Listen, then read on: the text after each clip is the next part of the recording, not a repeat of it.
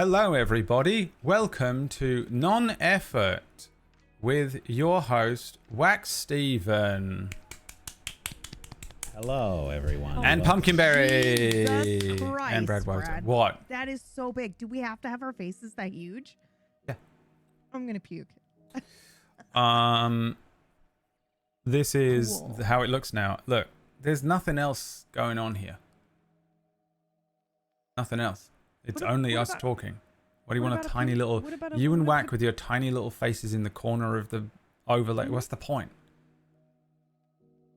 What else is happening on this screen right now? Nothing. It's just us. And so... Raw you get and uncut. Just us. Welcome raw and to uncut. Non-Effort. Raw Non-effort. What? Okay. Cool. And it's and there's nothing you can do about it. So... Okay. I mean... You can remake it for next week.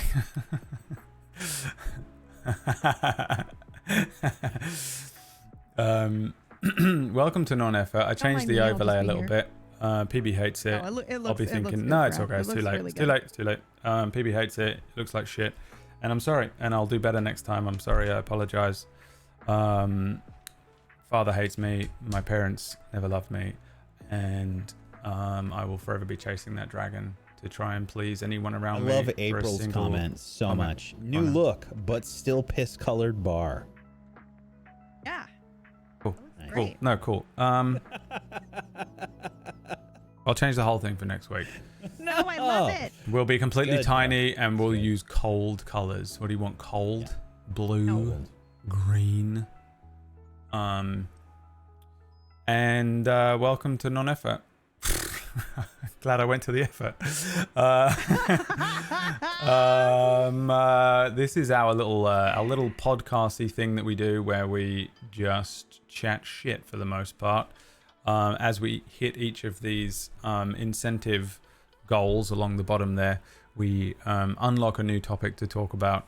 And we'll get to it when we get to it. I understand I am louder. I can see that too. I'm fixing it. I'm sorry. It's been a while since I did this, and even Been a while. and even the last time I did do it was a long time ago because it was like before I had a surgery. So it was like, I don't know when. Is it even this year? 2010. 2010. All right. Well, how are you two doing? Haven't seen you since 2010. Yeah. Pretty good. Yeah. Doing all right, bud. How about you? How are you? How is your leg? Horrible. How is your leg doing? It's horrible. It is not a healing like it should be. Oh, that's horrifying. And Okay. it's horrible and stressful and very annoying. And it was supposed to be a week. It's been 3 months. I don't think it was ever supposed to be a week. I think they just lied to you. It was, yeah, it was supposed to be Yep. a week before everything settled. And then it was supposed to be a couple of months before everything was like all good. It's 6 months till full recovery. But this isn't part of that. This is not part of that thing anyway. This is like, it went wrong. And I have a, basically I just have a hematoma is what it is. Which sounds horrible, but it's just a blood swelling. Yeah. And there's just loads and loads of blood in there, and it doesn't just leave. They can do another surgery to like remove the blood. They didn't offer me that, but they can. And or they just leave you. You just get left alone with a fucked leg. And I have a at the surgery site, I have 2 external things that are called granulation tissue. If anyone knows what that is. It means that there's tissue from the inside of my leg on the outside. And that leaks a little bit. It's a bit like if you know someone who has like a stoma bag and they have to have a little bit of like, you'll see like their sort of stomach flesh on the outside and the stoma goes into that. It's kind of like that. And that's what I've got going on. So it just doesn't. What the fuck? Yeah. And I went to a doctor last week or the week before or something. And he was like, you just have to leave it. And eventually it will like close up, dry up and heal properly. And he gave me some steroid cream that I've been putting on it to just try and help that along. And that's it. God damn. It's the best. Sucks, man. Love it. I am really glad that I did it. It was a complete fucking waste of time. And it's just been stressful and annoying. And in that same period of time, I had to move house. Yeah, horrific. It was so Sorry, I'm not laughing at that. I'm laughing jarring. at that someone got the most perfect screenshot of both Whack and I looking utterly confused and disgusted by what you were saying.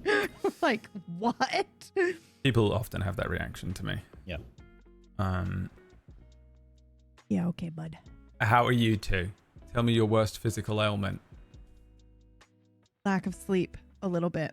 Yeah. At the moment, worst physical ailment is my knee bothering me. Oh, my bad. Worst back. My bad. Here he goes. It's your turn. Mm-hmm. Have a knee No, surgery. that's it. Everybody. No, God, no. No. I think you meant me for my knee. Oh. Oh. Yeah, Do but- you? Have you been avoiding surgery as well? No. Have you been avoiding surgery as well? Well, you may be entitled to compensation. No. I just, I'm trying to get back into my walking routine again, and I gotta get like a decent knee brace, I think, just to make sure that I don't use it as an excuse to not do it. You know, one of those situations. Have been dancing.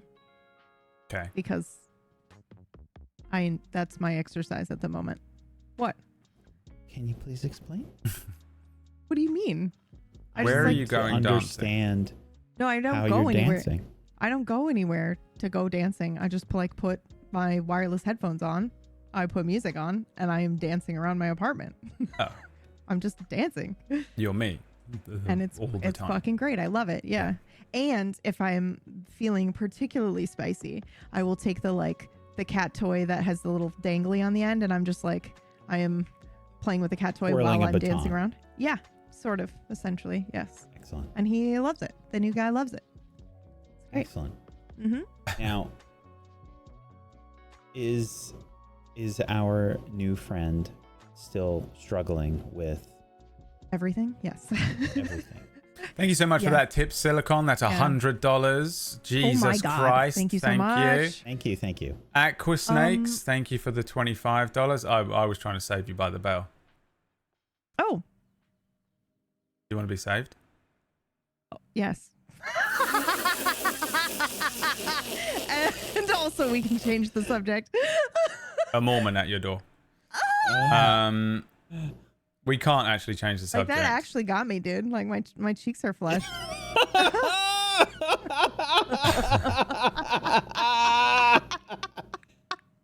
We need to somehow combine a serial killer, a savior,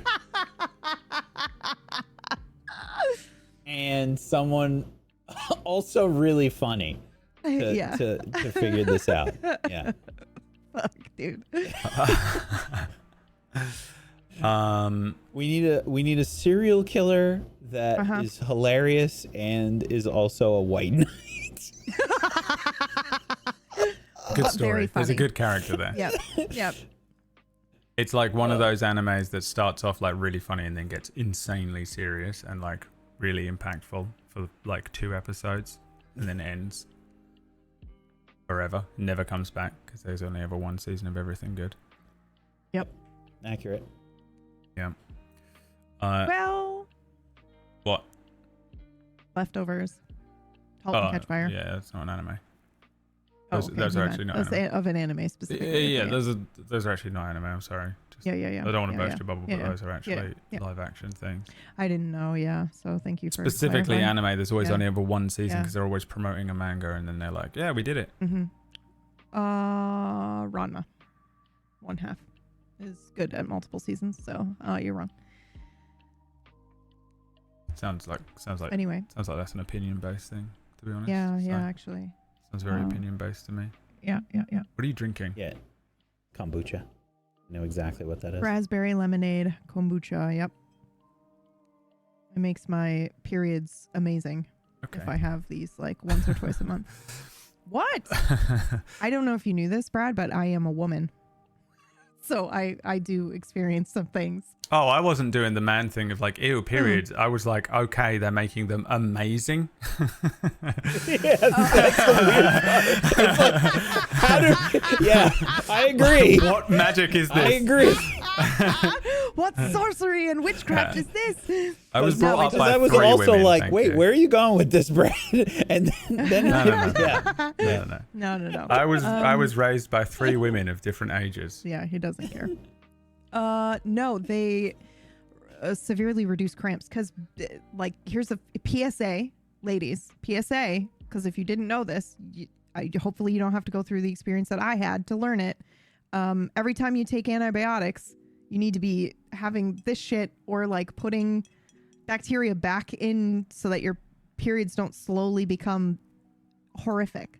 Like there was an episode of Star Wars where I almost passed out. I almost blacked out from the pain I was in. And I was like, this isn't normal. But I go to the doctor and they're like, oh, everything's fine. And I'm like, but everything, I'm telling you, I've never had period pain like this before. Everything is not fine. It's because I got pneumonia and they put me on these crazy antibiotics. And then I never took anything to add healthy bacteria back in. So gut is directly related to period Wait, that was cramps. from all that time ago? And Yes. it still affects you?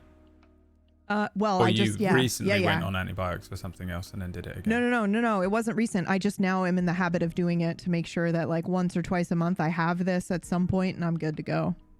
Like I'm not, and as long as it's like not actively, not that anyone needed to know this, but it's not actively my flow state at the moment. So as long as you do it before the period hits, you're good. Damn, Anyway. son. Yeah.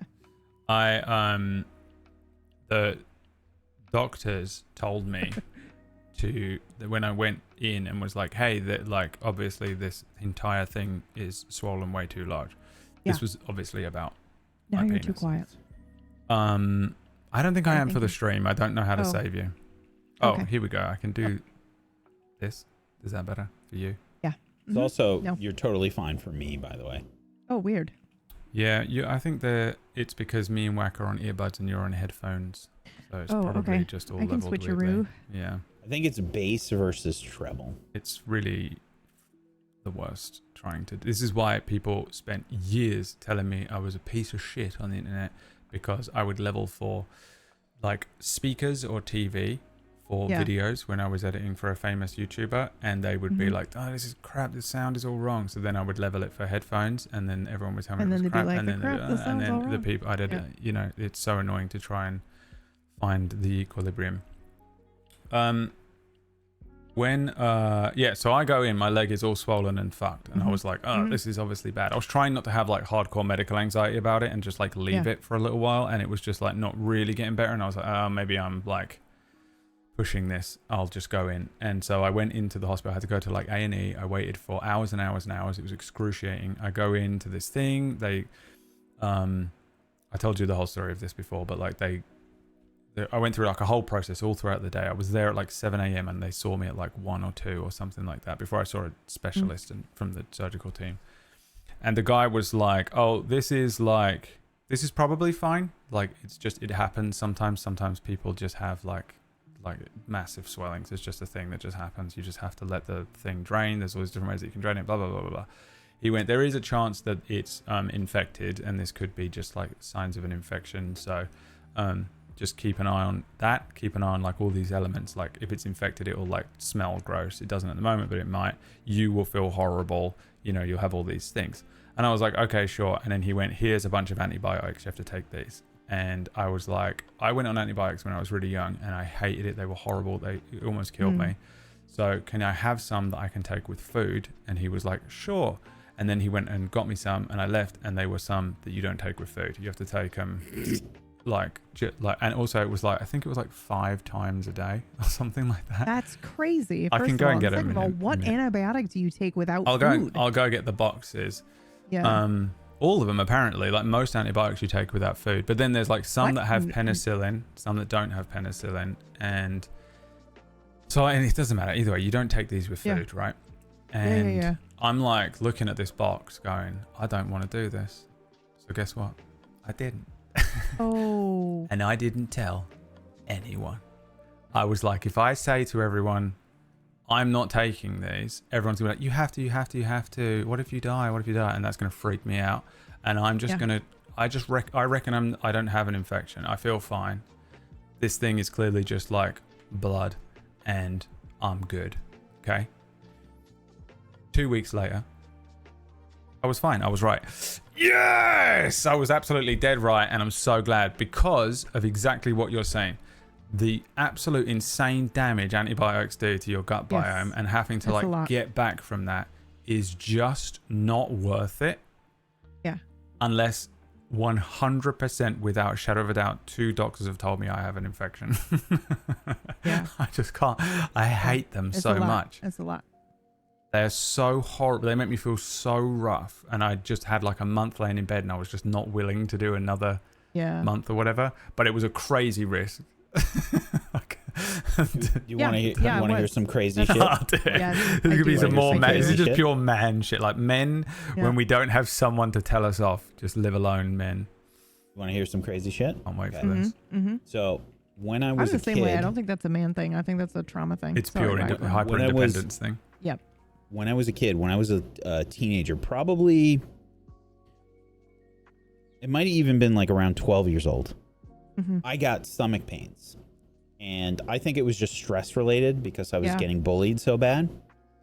So I think it was just stress related. Yeah, probably. But I kept telling my mom, I was like, my stomach is hurting me really bad. Like, I can't go to school like this. And I was being serious, ulcer, dude. Yeah. Serious. I might have had a fucking ulcer. I don't know. Yeah. But anyway, they put me on amoxicillin. For like, they thought maybe it's some kind of, some kind of fucking virus or some shit. Yeah. Put me on amoxicillin and found out I'm allergic to it. So it made my stomach hurt worse. Yeah. Stop taking it. Are you allergic to all the like cillins then? Like penicillin as well? I have not taken antibiotics since then. Oh, wow. Okay, you tank. What the fuck? To be fair, I've only had them once in my life as well. How many times have you had them? Holy shit, dude. Me? Yeah, how often are you on antibiotics? What's wrong with you? I guess a lot more than once in my lifetime. Maybe because the US, they just like hand them out, or also same in Canada. But yeah, so I've been on antibiotics a few times. I'm not sure if they gave it to me when I had kidney stones. I'm pretty sure that they just put me on like heavy like anti-pain meds. Yeah. And that was just for a day. But I didn't take any antibiotics like when I came back home or anything. Like I didn't get like that's crazy. Prescription. I got a prescription for fucking Percocet. Mm-hmm. Oh wow. I had a prescription for Percocet, and that was horrible. Yeah. That was horrible. Next time, take them with brandy, and it won't be as bad. I'm also allergic to a certain strain of antibiotics, so they have to. When they do give them to me, they give me the intense ones that lay me out like really badly. It's the worst, awful. dude. I dread it so much. That's why it wasn't worth it for me. Yeah. I just remember when I was on Percocet, it just knocked me the fuck out. Like I was just like barely conscious. That was it. Percocet is absolutely a club drug. It was, and all my friends were begging me for one. By the way, they were like, "So you got any extras?" I'm like, "What? Absolutely. I just had a kidney stone, you asshole!" Like obviously they're for I'm me. exactly those friends right now. Like, oh man, what I wouldn't give for a love a perk right now. That'd be fucking so nice. Anonymous, thank you for the $25. Riv, thank you for the $25. I will be putting my portion of that money towards some Percocets and some brandy. I won't really. Drugs are bad for you and you shouldn't take them, kids. Trust me. Oh my God. Trust me, you don't want to end up like me. So cute. Funny and having a personality. You wouldn't want that now. I don't think that comes from Percocet. That's a direct correlation to... No, you don't want to take them. Trust me, it's destroyed my cognitive abilities late in life. I'm really feeling those few years now that I'm pushing 40. I am still 39. I'm in my 30s. How does that feel to the two of you? Or let's see. How does that feel for the two of you right now? 13 days. Feels fine. Yeah, you sure about that? Take those glasses off. Yeah. Take those sunglasses. Oh, you don't? Nope. Oh, why not? I refuse. Yeah, see, I probably, if I was as no. old as you, I probably would want to wear them as well. Yep. I'd Yep. probably need them as well. But All right, in my 30s, in 2 weeks, we're in my going to just string the sunglasses on. I'm in my permanently. 30s Not at the even moment, 2 weeks. so Yeah. I'm in my I was- 30s, so I was sparing him. So Exactly. I wonder how, Mhm. like, is it going to be an instantaneous cry that happens? you'll Like, hear do it. you- I'll hear it from the UK You'll here. hear it. Everyone awoke to a strange sound in the United Like States the today fucking as cleric beast from Bloodborne. strange Yeah. sounds Yeah. of a man weeping could be Okay, heard yeah. across the entire ocean. You'll see me. I'll be wearing sunglasses.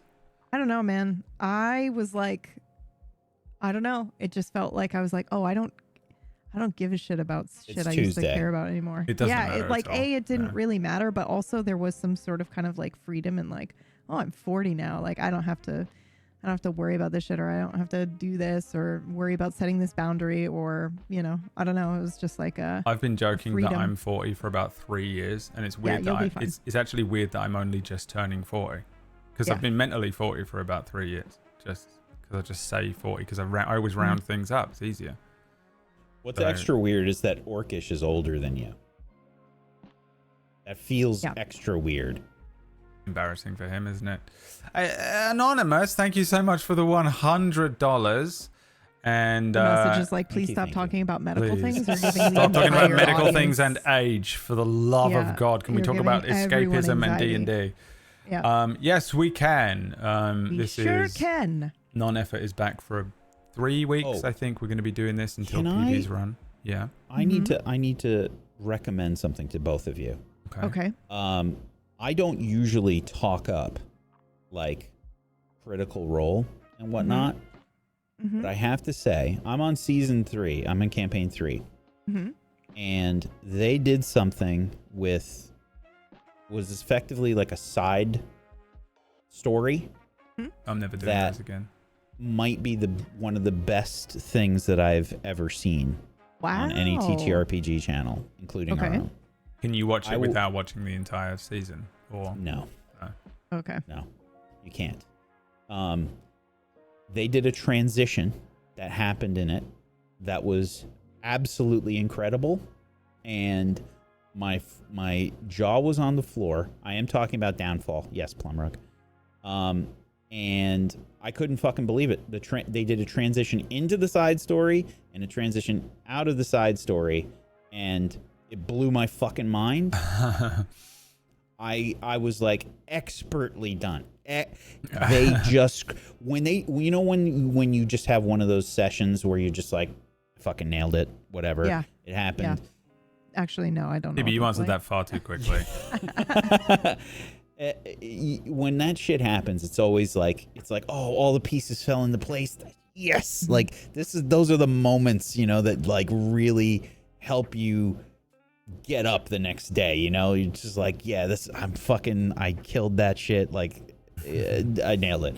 All the cast nailed it. I nailed it. Whenever that happens, it's always like the golden moments. Like you're always chasing that high. Really, Yeah. It's fucking addiction. But they did it for that, and I was just like, bravo! I couldn't believe how good it was. Absolutely crushed it. All right. I'll I'll highly watch recommend it. It's deep into the campaign though. It's deep. When I have my next mental health episode, I'll Crisis. watch the at entire 40 thing. in a couple weeks. It's literally in 11 days. So Yep.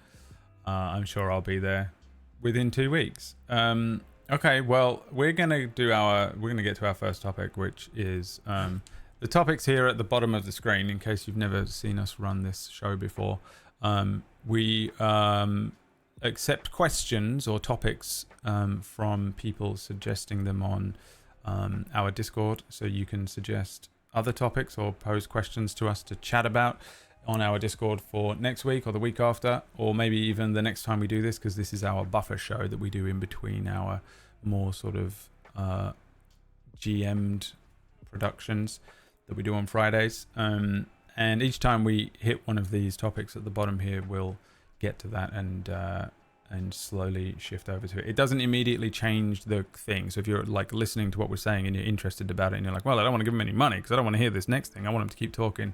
We just keep talking until we stop. Nothing can stop us yapping.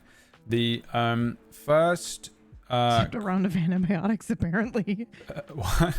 Oh, yeah, no, I can't. Like it would kill all of us. I'll post this for us in our kryptonite. group as well, this question, because it's a long one, and you can follow up. So, thoughts on doing a constructed/small setting with a limited number of NPCs, like having the whole show be lost at sea on a ship, or stranded on an island, or in a prison? Unknown was close to that, but I mean more like the players and characters from the start are fully aware of the setting and its limitations, where an end seems impossible and they have to deal with the what now. Would this kind of thing work? That's from Owen37K. I would say that we've all actually done this. Kind of. You think? Ungodly, too. Oh, yes. Unknown. You are correct. I don't know if I have. Back hasn't done it, I lied. Thoughts on it? Well, Gone is sort of like that too, actually. No, Gone is the opposite of this. Gone goes literally everywhere. But I think he's saying like lake. it's genuinely isolated, like an isolated thing. Yeah. Like I think the best example there is like the party are just on a ship at sea, and that's the whole thing. Yep. I have initial thoughts. If you want me to barrel in. Yeah, go for it. For me, my brain goes, I don't know how I'd stretch that out to a long campaign. Like Unknown is similar to that. But because they didn't know what their characters were and you were unlocking parts of your personality, it added to the fullness of what was quite small and isolated and linear. If you had 4 characters, say, and it was just something like a D&D thing, and you're on a ship, and there's obviously things that you can fight. A little kraken attacks you, or there's some sharks, and then I guess you could come up with interesting mechanics like how to find food and water and stuff like that. But like, what's the story? Is the story them? And if so, is it very, very heavily reliant upon them role playing with one another? Oh my god, the cat! Is that the cat? It looks like a Loch Ness. It's the Loch Ness monster. That is crazy. I think she's chasing a fly. He's so cute. So like I think it puts a lot on the shoulders of the players potentially for something like that. Now, if it was something like Lost on an Island type thing, if I ran it, it would turn into Lost. I'd have external things coming in. So how isolated would it be if you started doing that? And I wouldn't be able to help myself, I don't think, but to do that kind of thing where it gets bigger and bigger despite itself, because I just don't know if I'd have the confidence to run something that had so little potential for something external to come in and it either affect the story, drive the story, or like Deus Ex Machina, a slow episode, or like and like if you get like 3 or 4 episodes into that and you plan for it to be a little bit longer and you realize that there's just not much legs on it, that I think would be the thing that would concern me. I like the idea of trying something like this, and I think it would definitely be really interesting to do if you made sure that it was a small thing, a short run thing. But I don't know, maybe I'm just not creative enough.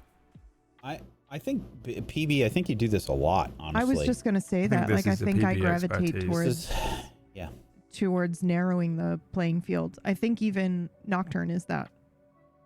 Nocturne I agree. is that. Yep. Because I don't want to spoil anything, but 100%. I'm very interested by this question in general, because as soon as I had to think back on it and I realized I haven't really done that, I think part of it is that it kind of focuses in on our strengths and weaknesses a little bit, or what we like to do. And I don't know what the correlation is between all of those things. Because I think you, in particular, PB, are especially good with doing, and this is something that you reference kind of all the time, Brad, like that episode in a bottle, kind of situation. I think you're really good at that, PB. You do that kind of thing where it's like you really focus in. It's all focused in, hyper focused on the characters and the smaller environment. And it's one of those things that we kind of preach to people a lot, especially in like our older conversations that we've had when we did like Ready to Roll and whatnot, where we talked about, hey, start small and then expand outwards, right? And I think you're really, really good at that, where it's like just this basic thing between these characters, the basic relationship between these characters can be the entire show. We don't need to have crazy stuff happening to make it incredible. I'm going to rely on my players. I'm going to rely on these very few characters to tell the story, and that's the whole story. I think you're really good at that, and I am not. I am not. A part of that for me is that like I like to explore. I think I just like to explore. I noticed that when I played like Crimson Desert, or video games in general, I like to go explore. I love that like exploration part of the video games. I like to go see these crazy places and that.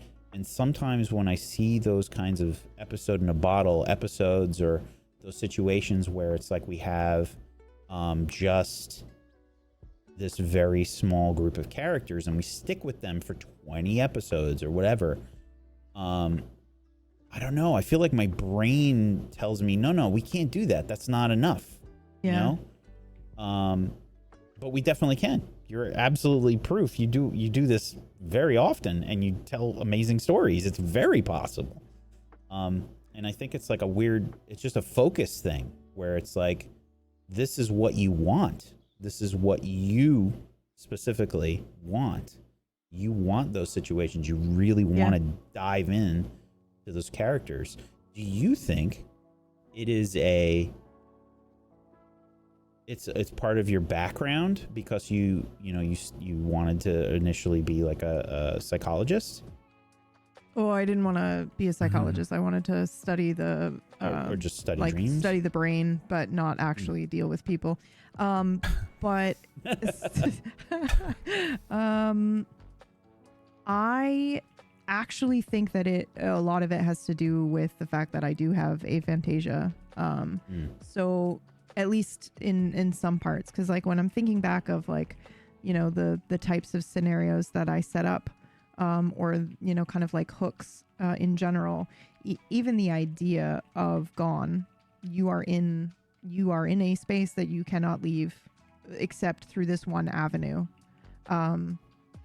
or like Nocturne, where you are also kind of trapped in a, and that I think, at least for the sake of Nocturne, that's because it's a horror game, so you kind of want to narrow the board in a horror game or a horror setting when you're trying to kind of elicit feelings from players that then translate into their character. Narrowing the playing field is a great way to do that. So I think that's why I did it for Nocturne, and also because it was the first thing I was running, so I kind of wanted to limit the space in which stuff was happening so that I could only worry about and focus on building out one town.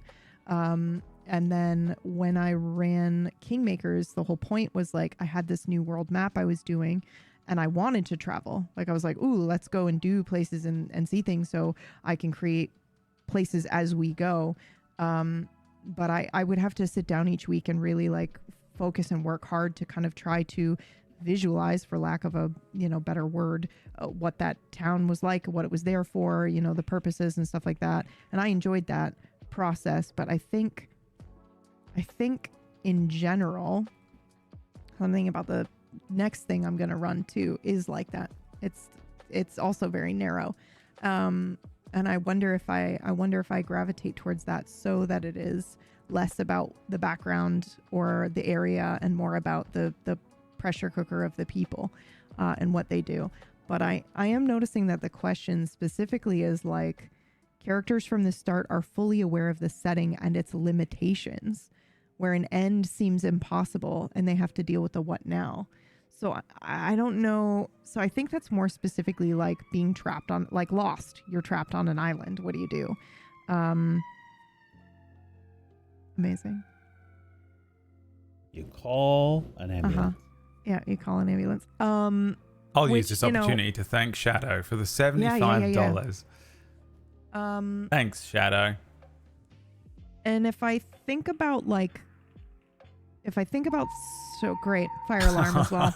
I'll just mute myself forever. Covered her face and muted herself. I mean, well, I'll put up an image for April. Yeah. for PB. Put up the P. Buscemi. Yeah. April asked me, what about Warped? And I kind of did an episode in a bottle for Warped for a tiny bit, but also I'm sorry if my AC is making noise, but it's warm and I don't want to be warm. Sorry. Yeah, I did it for like one season of Warped. They spent a lot of time in the cockpit, my memory. Yeah. That's correct. And it was close. It's a bit like if you get something like, did you ever see like Stargate SGU, I think it was called? Yeah. And they spent a lot of time on that SG1. shit. Huh? SGU. Nothing. No, I'm talking about Oh. SGU. Oh, okay. The one where it was a bit more Where like they're- Battlestar, where they just yeah. were lost and they were moving through space. I Every now and really then they enjoyed would, that show, by the way. It sucks that they cancelled that one. But they would go down onto planets every now and then. But a lot of it was spent on the ship, and like Warped was a bit like that for me, where a lot of I feel like a lot of the player interactions and interpersonal stuff and dialogue and stuff was on the ship on Warped. It was years ago. I mean, that was like a long 10 time years ago. Oh yeah, 2017, 2018. But like that's close, I would say, to this. But I don't think that's what Owen is getting to, and Right. I don't think, and I would say that the PB is certainly more acclimatized to this kind of thing. And I think if you were just given, if I was like, PB, you have 4 players and they're on a ship, go, I don't think you would even struggle. Like, I aired all of my like fears that I would have at running something like that. Whack was like, I've never even attempted it, and I'm assuming that you were just like, I don't think I'd even enjoy it that much because there's no exploration. I feel like I could do it. It's just, I guess it's just not like a driving factor for me. You know, I could see myself like doing that if it was a specific genre and I was really interested in doing, like, I think that type of style lends itself better for horror stuff, and it lends itself better for like detective stuff, and like because you really need to get like up close and personal with those characters to sell those genres, I think. So I think slow burn stuff, because you can really just take your time. I'm impatient. I can't wait for you to get to the end of my campaign when I'm running it, because I'm just like, oh, it's good. I've built this fucking wood castle, playing it, you know. But go to the top floor. Yeah. Go. Do you remember those? Did you ever watch those TikToks I sent with not the ass ones? Don't worry. The guy that's been 3D printing the Strahd castle. Yeah. He's been doing it for months. 3D printed it at like D&D size, and the thing is fucking ginormous. Wow, that sounds so awesome. It's like the size of my couch. You know, like the thing is fucking huge. It's been crazy, and he's like, he started the like base coats of the paint, so like it took him all this time to print the fucking thing. And then he's painting it, you know, with like airbrush and shit. I'm like, how long is it going to take to paint it? Like, did he start to do it when they started the campaign, or is this all in preparation for the campaign? You know, it's preparation for his first ever campaign. You know, when you ran your first ever campaign and you did so much overkill prep. It was absolutely crazy. There are DMs out there who aren't DMs yet that have been telling me for years that they're just writing I'm just going to get this last bit down, and I just want to make sure that this is ready. And it's like, dude, you got to get in there. Yep. You got to start. It's all going to change anyway. Well, maybe not, but Yeah, I'm a bit like you though with this question though, Wack. Like, it's not really my bag. Like, I enjoy like some elements of this. I'm doing the thing again where I should have put myself on the overlay in between the two of you so that we're the appropriate gradient of play style. Like, I enjoy it somewhat, but I think if I tried to run something and I explicitly was like this, there's not really a part of me that would sit there and go, do you know what would be really great is if it was just these few characters in a cube on their own. Like, I just don't know. I don't think I would enjoy running it that much. I think given like if give me the right cast and stuff, I'd sit there and run it and be like, God, they killed it. Yeah. But like, I'm not much of a player in that. So I'd probably just be sat there like, this is really good, but I wish I was in it. I wish I could do something. Yeah. I like what I like when I'm running a show, every now and then there'll be an episode where I'm not involved. And I love it. I love that. That because you just get to those sit back downtime and moments, the RP. and I really enjoy it. But to run an entire campaign like that, honestly, I think I'd probably get a bit bored. It sounds kind of self-centered, I think, but I think I spent many years overextending myself and trying to like people please with like players, and I forgot that I was one. And now I've tried to recapture that over the last few campaigns that I've run, and I've really, really enjoyed just sitting down and being like, I'm a player too, you know, like, so I'm going to run this the way that I want to run it and enjoy this thing and set this up the way that I want to set it up. And I think unless I set it up in a way where I was one of the characters, you know, a la Dumb, put them all in a room and just be like, I'm going to sort of craft an NPC that is essentially just another character in the game. And then get involved in that. But I mean, that scares me. Like, I can't imagine. I'll never do it again. Because the other thing is, here's the thing. When I remember when the first episode of Dumb came out, and I was like, wait, she's a player? Yeah. Well, sort of, not really. And then I went, that is going to be so annoying because they aren't ever going to treat you like a player.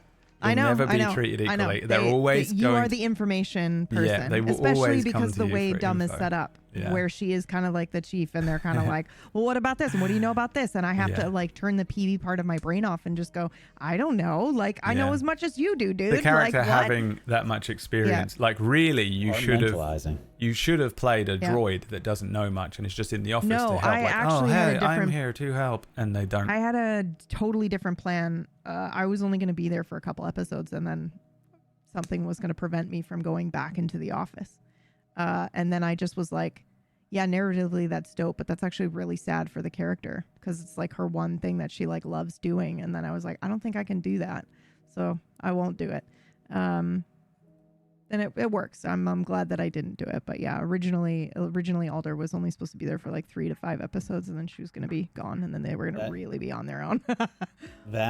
What you just did there to care about this character that's just out there and exists will send me into an existential crisis spiral.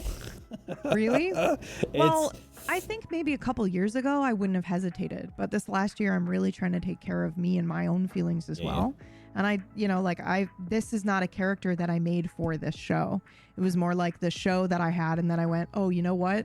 This other thing that I've done and created and done with people, I could just merge this idea, and I can just make it like officially take it, you know, from Wild RP and put it here in my universe where it's like I can actually explore these cool supernatural things and, you know, stuff like that. And so it's funny that, isn't it? Like, you had a proto. Yeah, you had like a I don't know, like, it's not a pilot, but you had like a version. It's like it's like people that have a web series and then that web series gets funded and they kind of remake it very close. Like, the first season is always almost exactly the same as the web series, but with budget. Yeah, it's kind of like that, I feel like. Yeah, it really. Yeah, so I guess in that way, I was like, oh, I can't take this one. It's because also it's not just me. I would hope. I know that there are other people that enjoy that character and that story, and like, I don't know, kind of just abruptly removing her. It's also a narrative beat that they haven't hit yet because of it. like not to spoil anything related to my own show, but there is a very important piece of information that she was supposed to divulge to them, as in like, if you do this, you won't be able to get back into the office. And that's how I was going to do it, was using her to tell that information. And then I made the decision, well, I'm not going to do it. So now I've just sat back and been like, well, let's hope they never do it and find out the hard way, because that would really suck. Because I would hate to do the thing of like, you guys are just playing and now all of a sudden you're locked out of the fucking story and I didn't warn you and you had no way to know what was coming, and it's like, so yeah. That in and of itself is almost its own episode in a bottle situation, if you think about it, because you could just let that happen. It's very much a yes and kind of situation where you just explore that and like, hey, let's let the story go that way and see what happens. Yeah. And embracing that while like you're the story that you want to tell might get left behind is a difficult thing to kind of like deal with. I'm fine with that. The only thing that worries me is that it's like, if you do said thing, you are locked out of office, which is essentially you've written your character out of the show, right? Because that's the whole point, is the office. You've essentially just made this character an NPC. They can never come back. Charlie, you can never come back. And I was going to use my character to demonstrate what not to do. So basically, so the players know. Like if they want, if they feel like their character would do it and they still want to do it, then that's fine. But at least I've warned them. It's not like coming out of left field. So that's my only concern with it, is that I was going to use that as a tool for the players to be alerted narratively of something. So hopefully we can find another way to kind of like touch on that or figure that out. But yeah. So to answer the question more concisely, we've sort of spoken about how, like, I think this is passively what you probably do, PB. I think this is your kind of a show. Yeah, I think this is what I aim to do. Although, I mean, the alarm went off, so I will try to answer this more concisely here. Because you're saying unknown kind of gets close to that, but you mean more like players know from the start and are fully aware of the setting and the limitations. And I'm thinking of the small setting with a limited number of only pieces. things I've run like that are like Cerebrum Project, or say, Ungodly, where we were shipwrecked and they knew they were on an island, stuff like that. Your question specifically is like, do you think that this kind of thing would work? And honestly, Owen, it sounds like you already have an idea. And my suggestion to you is yes, I think anything can work. If you have an idea and you can go through the major like kind of blocks that might come up and you can answer those questions, then go for it. I definitely think it's possible, especially if you have players that want to explore whatever it is, whatever cool idea it is that you have. But I think your pitch here is like you approach your players and you're like, hey, I want to lock you in a prison. You might never get out. Is that a game that you're interested in playing? It'd be really interesting to watch. I think for me, I don't know if I would enjoy running it. I might. I think if the spark hits me, there's really nothing that I wouldn't probably enjoy running technically. Yeah. But just if you put a gun to my head and was like, next week you have to run something and here are your parameters, I think I'd be stressed about it. But I'd be really interested to see how other people do, or how other people execute the whole thing. If you were, and not even like, I mean, PB, yours is sort of like spiritually close to this, but if you were literally limiting yourself to like, these people cannot leave really for whatever reason, stranded on a ship. There is no like, it isn't necessarily, I don't think, like this, because Owen also said at the end of this, like, an end seems impossible. Yeah. So and it's I like, think that's they're like not getting stranded off on the a ship island for 1 or week. getting out of prison. Yeah. It's the whole point of the thing. Yeah. And they don't, the last thing that happens is that. So until then, there's no like random things that are showing up, no people or no like, other ship. Yeah, with limited NPCs. So I think that's just it, Owen. I think if you've got an idea and you kind of want to, pitch it to people, in my experience, it's always gone well for me if I reach out with the limited pitch that I know they need to know. Like if it's like, if you want to say to people, I'm interested in running something in a prison where you will never leave, you might never leave. Are you interested in running something like that? And they'll be like, yeah, that sounds weird. Or if you tell them a little bit of the idea, like for example, for Gone, obviously the three didn't know shit. I didn't tell them anything, but everybody else, I was like, this is a crazy fucking idea, guys. I want to do this thing. They kind of like can't leave, and you're going to be the ones that come in and do some other stuff. Like I told them what was happening, and they were like, yeah, that sounds great. That sounds so cool. So in my experience, if you have an idea and you think it would be weird but kind of fun to try it. Go for it. Find the people that want to sit down and explore that with you. And then my other piece of advice is, I do think my instinct is something like that where they are actually physically limited is short run. It's like 8 to 9, maybe 12 maximum. So in your head, maybe think like, okay, this is probably how many sessions we're going to do to keep, like if you're doing horror, you want to keep that intensity up. If you're doing like mystery, you want it to kind of like wrap up and conclude because they're stuck. They can't go anywhere. So I would kind of aim for that. But my rule of thumb is also just like let it go until you feel that the narratively it needs to go anywhere. But it sounds like you have a plan or a thought or an idea where people are trapped and you want to explore that. And I think that's very cool. And you definitely think it's possible, especially if your aim is to tell them you're trapped. Like, is there a part of you that is playing a game with a player gamer tabletop meta like I usually do? So like for me, that's exciting because you're telling them you can't escape, you're just stuck on this island, and then watch what they do, and there is actually a way to get out. And you're just waiting to see if they allow themselves to break that meta in their brain and actually play the game and still have their characters try, even if there's no way out. Or vice versa. Will they still try and you really mean it? There's no way out, like those things are fun to explore as well. So my answer is yes, I think it's possible. And just ask, find those people. I think if you're going to run something limited like that and your goal is to make it limited, just explaining to the players, like, this is the weird thing I want to do, you're probably not going to be able to get out of the prison.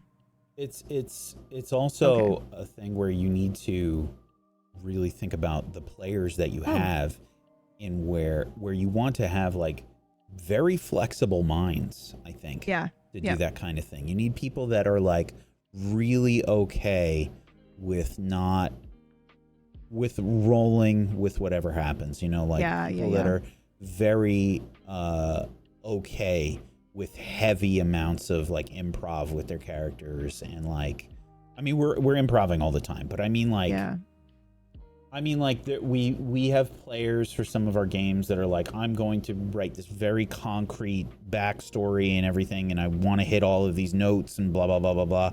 Mm-hmm. I think you have to, in anything like this, you have to go in with I'm just going with the flow. I'm just going to go with the flow. I got a few points, and I'm going to go in, and I'm going to yes and everything. It's very much a yes and friendly environment for something like this. Yeah, I'm just realizing in this moment that I do this in other ways as well. Like I went into Dumb going, I really, like we're running it in PBU, but you're not going to have crazy magic like in a normal PBU game. Are you okay with that? I did this exact thing of like, I would really like to focus on like gutter magic where it's like the underdog and you're not necessarily going super crazy and, doing wild shit so that I can properly stress test my system. And they were like, yeah, that sounds like something, I'd be really into doing that. So I do kind of, or even for Kingmakers when I was like, it'd be really cool if you guys were all paladins, just because I think it's hilarious that I run a paladin game. And everyone was like, yeah, that would be super dope. So I think just the communication piece is the... No, I asked for one. I was like, I would like one mage if possible. I didn't get to play a paladin in the paladin show. Yeah, I know. Yep. You owe me a paladin show. Yep. I'll give you a paladin show. I get to be a paladin in it. Yep. I'll show you a paladin. I'll give you a paladin show. To be fair, I've played.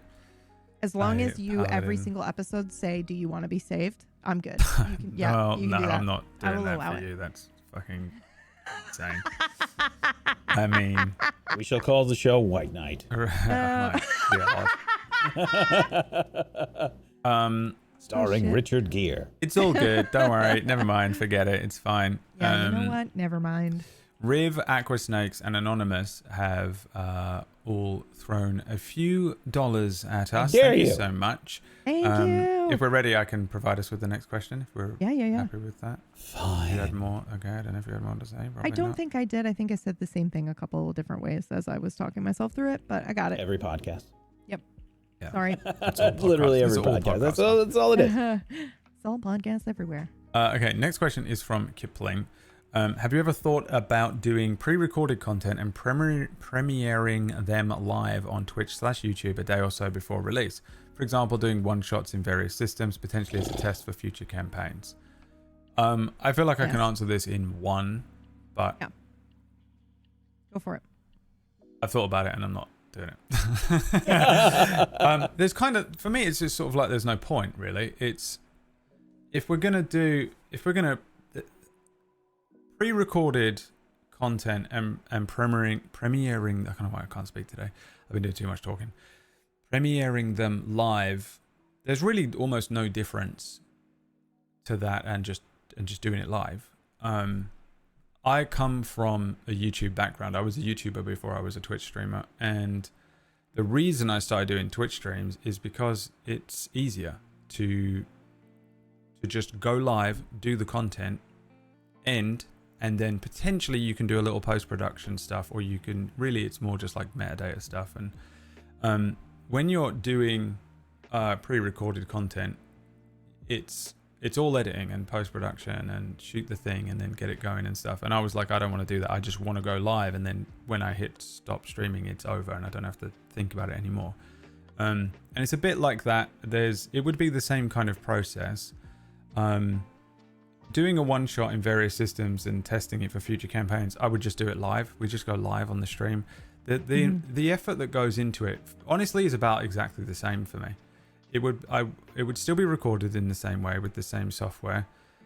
The only benefit would be if you wanted to add more post-production onto it, so we could record something live and then you could maybe go back in and adjust things. I don't know, you could add sound effects, or you could add different musical changes, or take out the whole thing. You could get in there and edit the pacing and just cut out random things. It's just essentially a lot more work that I don't think any of us have time to do. If we had extra time, I don't think that would be a wise use of it for us three at this stage. And the only thing about pre-recorded stuff that I can imagine being useful is, for example, the last 2 weeks we were down a player on the Lost Second, and we could have pre-recorded 2 episodes and then set them going so that we didn't lose the pacing of the main narrative. But I think you do lose. There's an element that is lost when you're not live, I think. Yes. I think you can probably speak on this better than anyone. But in fact, go ahead. I think you've had this experience. So I did this, Kipling. So I can tell you everything that we learned. Because I was super interested in this. The question has come up multiple times. The idea of maybe being able to trim down ums and stuff like that is super interesting. We know that our audience would increase an insane amount if we could do that. Because there's a specific type of listener that is okay listening to the live where there's a minute for somebody to look up a thing or, think about what they're going to do before their turn. And if we could cut a lot of that out, it would streamline it. And then a lot of people who can't listen to that would then be able to enjoy, table stories. So we've known that for a very, very, very long time. But just recently I did try this for Deathless where and the whole point of the show, by the way, was to do 9 to 12 short run, pre-recorded, and then we release it live and all watch it together, and we're all there to be there in the audience and watch it as it goes live. But around episode 3 or 4, I was like, this is really fucking good. And I kind of just realized there was a piece missing. It felt like they were still going super hard, because there's an element where you think maybe the players won't go as hard if they know it's not live, because there is the audience kind of energizing effect that happens when you're doing theater or, anything like this, where there's an audience and you're kind of like want to give it your all for them. So we still had that. They were still trying super hard, but the RP was just really good. And I noticed this really weird thing of wanting to share in what just happened with you guys, but being unable to do that, or being like, wow, that was crazy. And looking around and like John Travolta, there's nobody around, like there was nobody else around other than the cast to be like, wow, that was crazy cool. And then we tried it. We released some of those episodes early as well. And then it just got to a point where I was like, guys, this is really good. And I was going to kind of wrap this up. But if you guys are having fun, I'm having fun. I'll just make it my new long form show. I'll delay my other show, and we'll just start streaming it on Tablestory. But we have to stream it on Tablestory. You guys got to do cams and stuff. And otherwise I'll wrap it up at the 12 to 15 episodes. And they were like, yes, let's absolutely do this. So we just started on episode 10, I think, or 11. We had done 10 sessions pre-recorded, and our first live one was technically episode 11. We called it premiere just to make it easier for everyone, and then made all of those 10 episodes something that you could go and listen to on your own time if you wanted to. But the intention of that project was to do exactly that, where we pre-record it and then do it. We didn't want to edit anything down because we just wanted to see how pre-recorded content would do with our existing audience, with you guys, without the heavy editing. And during Deathless and all of that, I realized if I were going to do that, it would need to be an entirely separate project where you never get to hear the live version. If I was going to do something that was like highly edited and processed like that. And I would want that to be separate and very short. But there is a magic in what we do in the improv that we do it in. There's a magic in the ums. There is a magic in the fact that we're doing all this production live. And I really, really enjoy the reaction of, holy shit, this is unscripted. Like everyone's just going and doing this. I wouldn't want to do anything that would make muddy that water. It is. Yes, that's the difference between theater yeah. and produced shows that might be on TV, for example. Yeah. Yeah. And I think that what we do here is closer to theater, but because it's online and we're on like video calls, and there isn't like an audience that we can hear that are laughing or you know shocked. I think that it is quite easy to conflate this with something like pre-produced content, like you might find with TV or movies or any like YouTube content or podcasts or any of the other audio dramas, audio books, that kind of thing. Yeah. And but I would actually say it's much closer to if you were to go out and watch a live show than any of those other things, because there is a live audience. There is the players and the people involved are aware of that, and it is weird when you try and as well. When you try and like place us in those categories, Yeah. Where it's like we're almost somewhere New World Theater.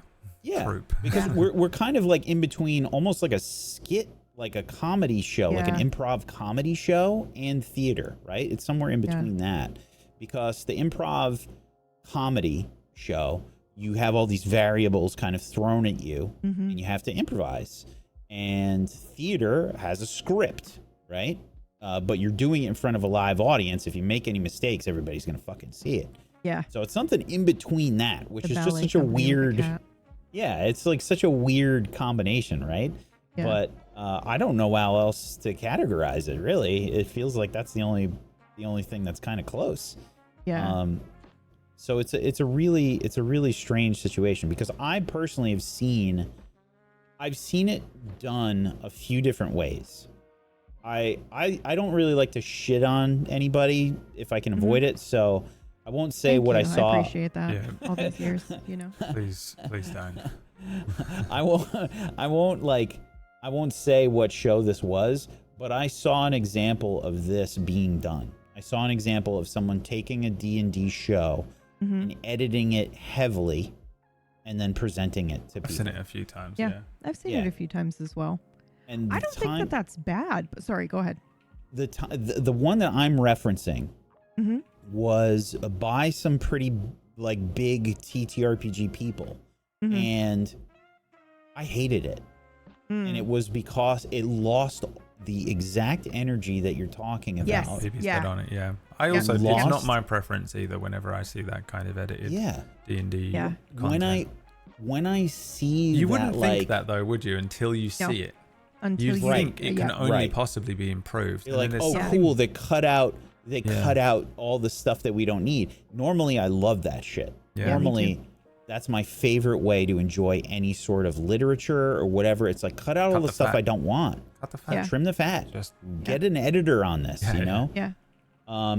But for this, I think it really takes away in most cases. I have seen it done well. Harmon Quest was really fucking good. it was. Yeah. Yeah. I enjoyed that. That had legit budget as well. Yeah. But I have seen it go bad. And I think in Yeah. most cases for me, it's leaning bad. I think it's really difficult to make it have that same cool energy that we get by doing it live. Yeah. It's a big trade-off for me, and I think in most cases it's a it's a not loss. helpful. I think At it's least for rare us that anyway, yeah. would improve it. I mean, you also have to take into account a lot of different factors. I think some of those produced things, the moment that something is produced like that, you have to be careful that there isn't like a money man involved who's just soaking up all of the creative juices and it's become like overproduced for a reason.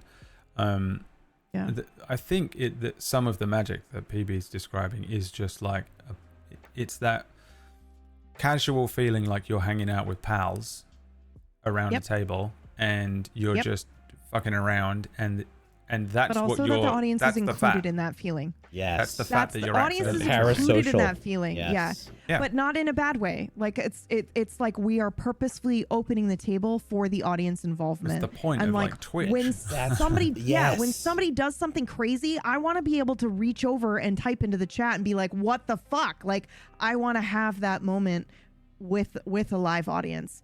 And we managed to extend that by even having like Discord channels where people can live react. And I know that all three of us GMs read everything in there. You know, when somebody's like, oh my God, I just saw this episode. It's really good.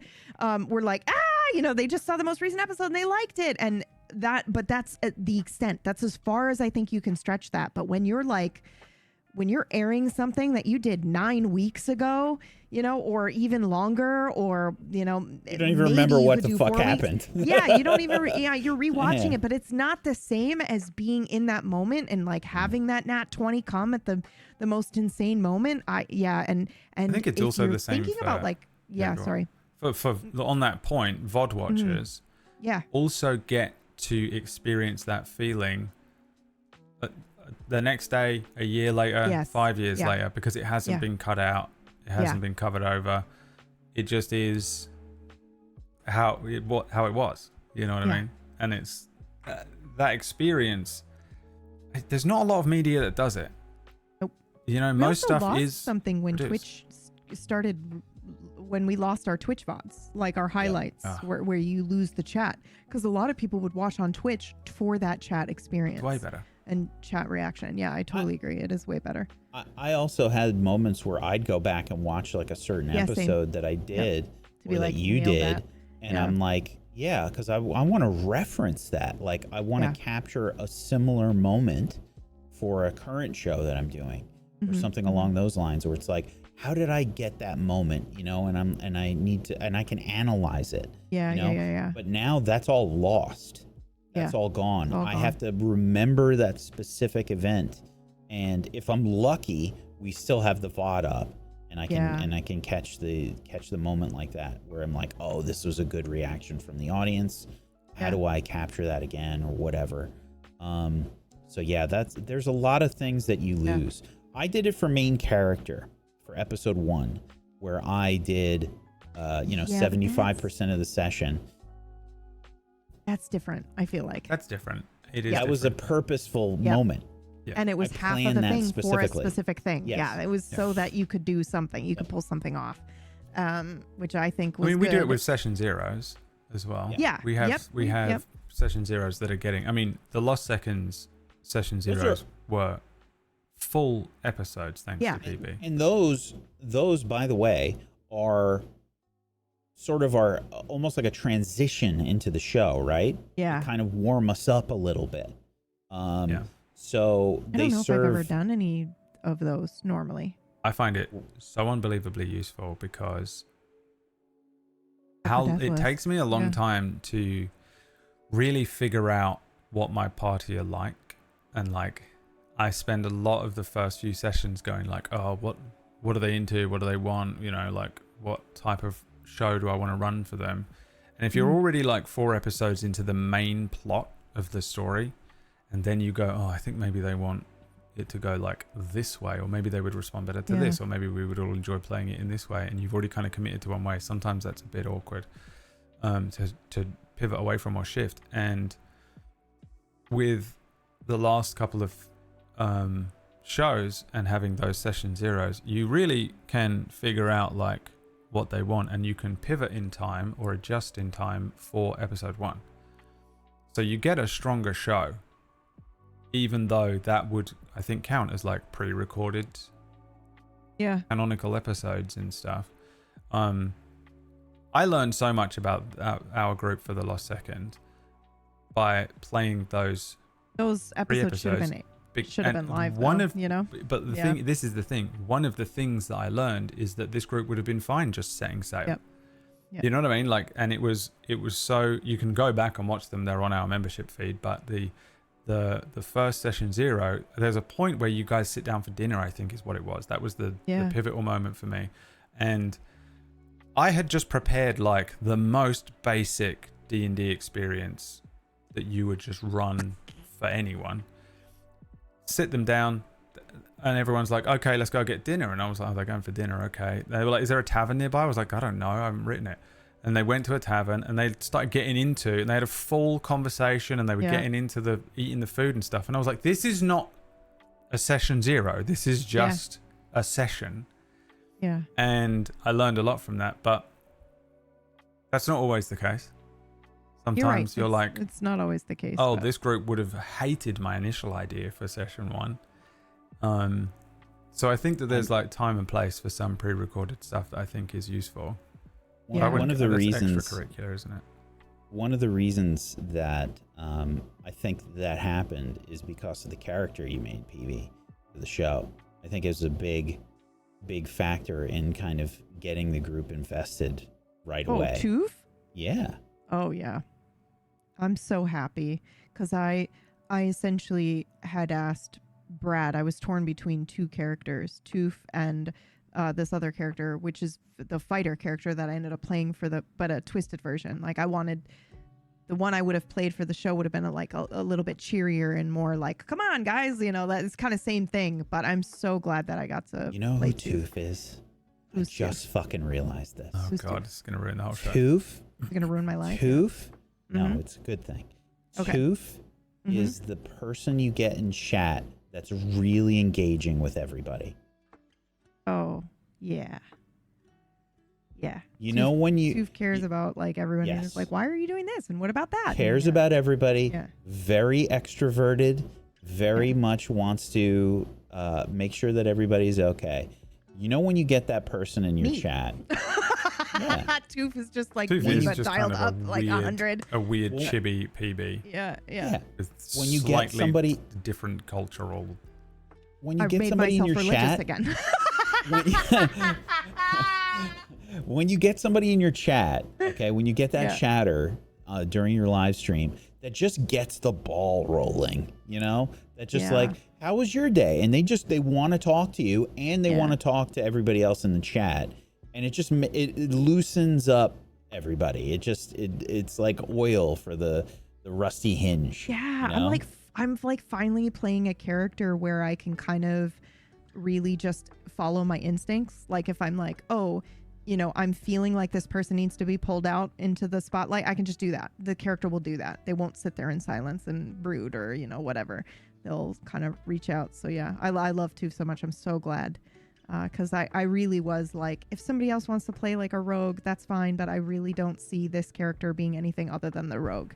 Like, so I won't play this character if somebody else is doing the rogue. Anyone contested you for that, right? Everyone. They luckily they all had ideas. They were like, I was thinking this. Elspeth was that. randomized. Yeah, she rolled for it, and I was like, please. She did it for Blade Runner as well, and she loved it. She was like, wow. this is how I want to do all characters. She did going it for forward. main never mind. Yep. Yeah. She's like me when I was younger, and I would use dice rolls to make decisions because I was very indecisive back then, and it takes a lot of the responsibility and pressure off of you to like have to worry about all that stuff, and you get half of it done for you. It's like you're a dwarf, you're a bard, here are the things you need to understand and learn, then you color in the rest. You know, it's like you get the paint by numbers. Well, it's kind of like what approach. you did for the Lost Second episode, where you gave us the character sheets, and I had to be like, ooh, why do I have this, and how did I get that? And it was so fucking fun. That was fun, yeah. Until the last thing. Stop it.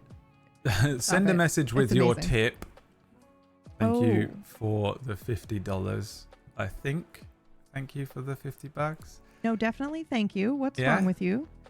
What? Well, because I had What's to say happening with because you? I had to say send a message with your tip. That's the person's name on the actual. That's their name, and actual tip.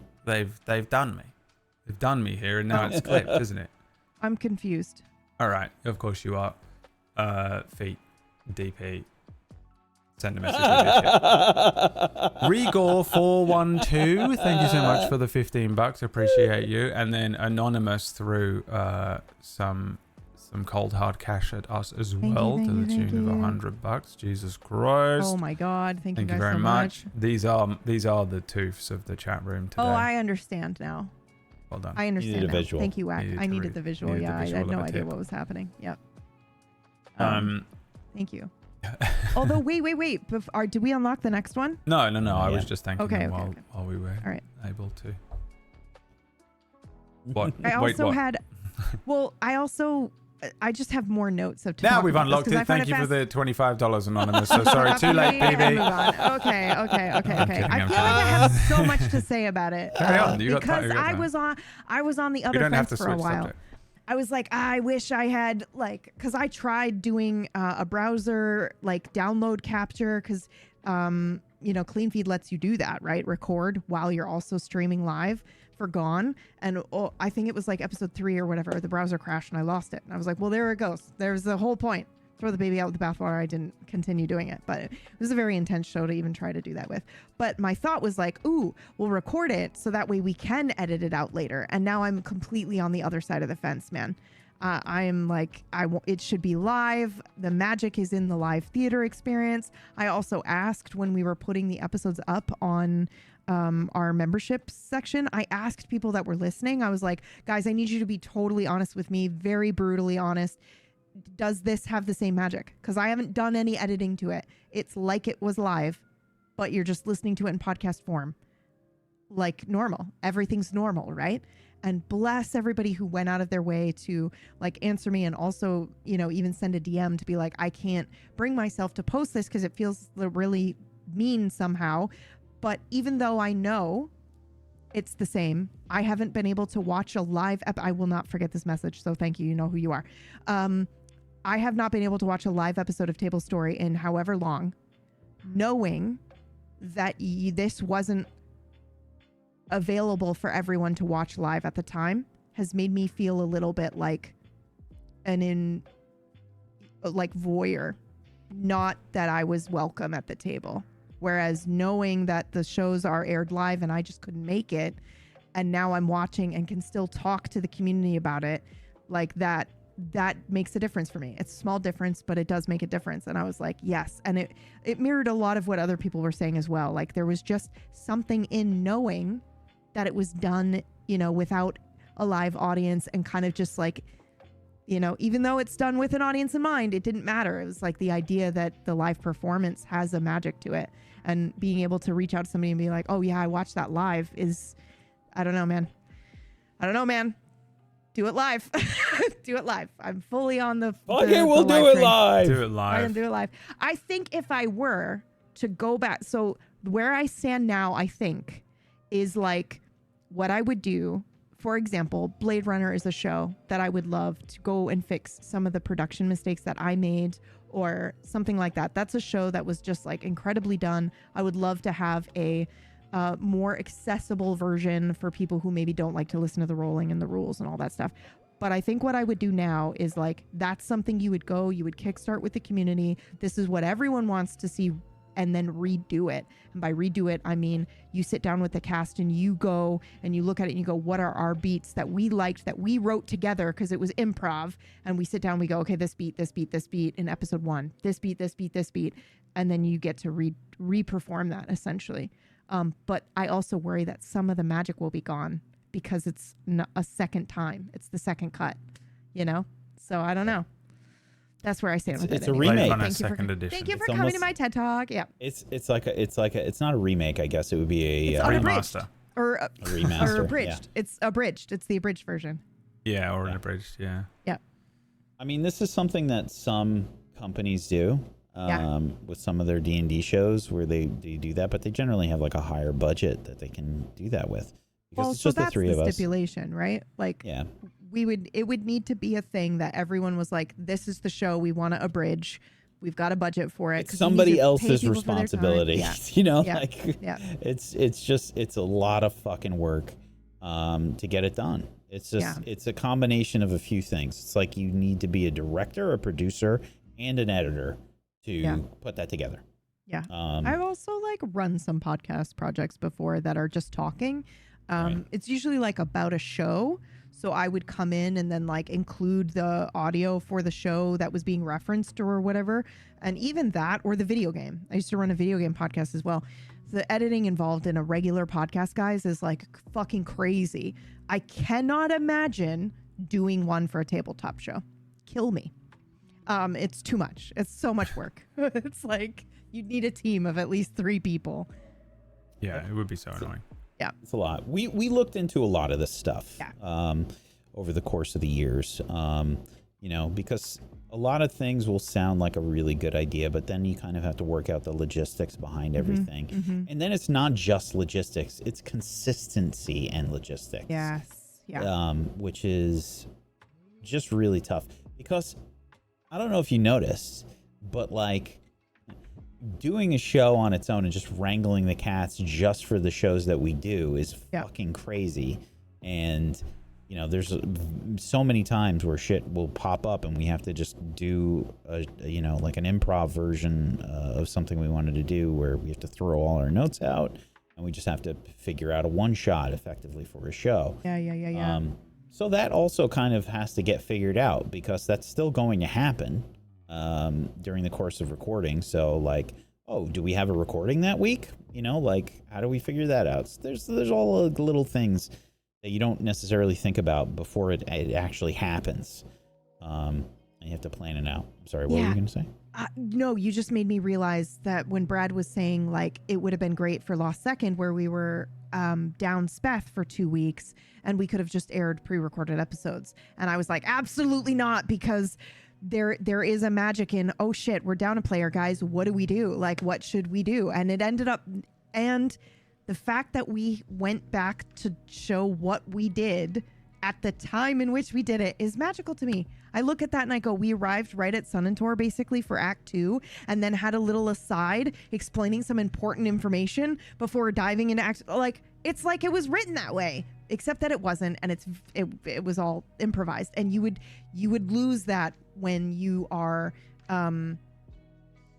when you're not being forced to be on your toes with a schedule, which is something I realized during Deathless as well. If I was down a player, I was like, oh, well, this is nice. We don't have to worry about doing an episode because we can just, there's no live audience. It's all pre-recorded.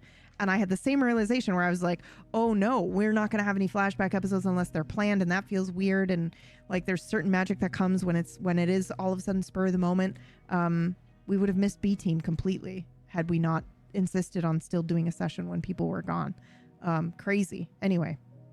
For the record, I don't think it would have been better or I necessarily want to do it. It's just a thing that I think of sometimes where I'm like, oh, we could pre-record next week if you're going to be away. And then I almost never do it.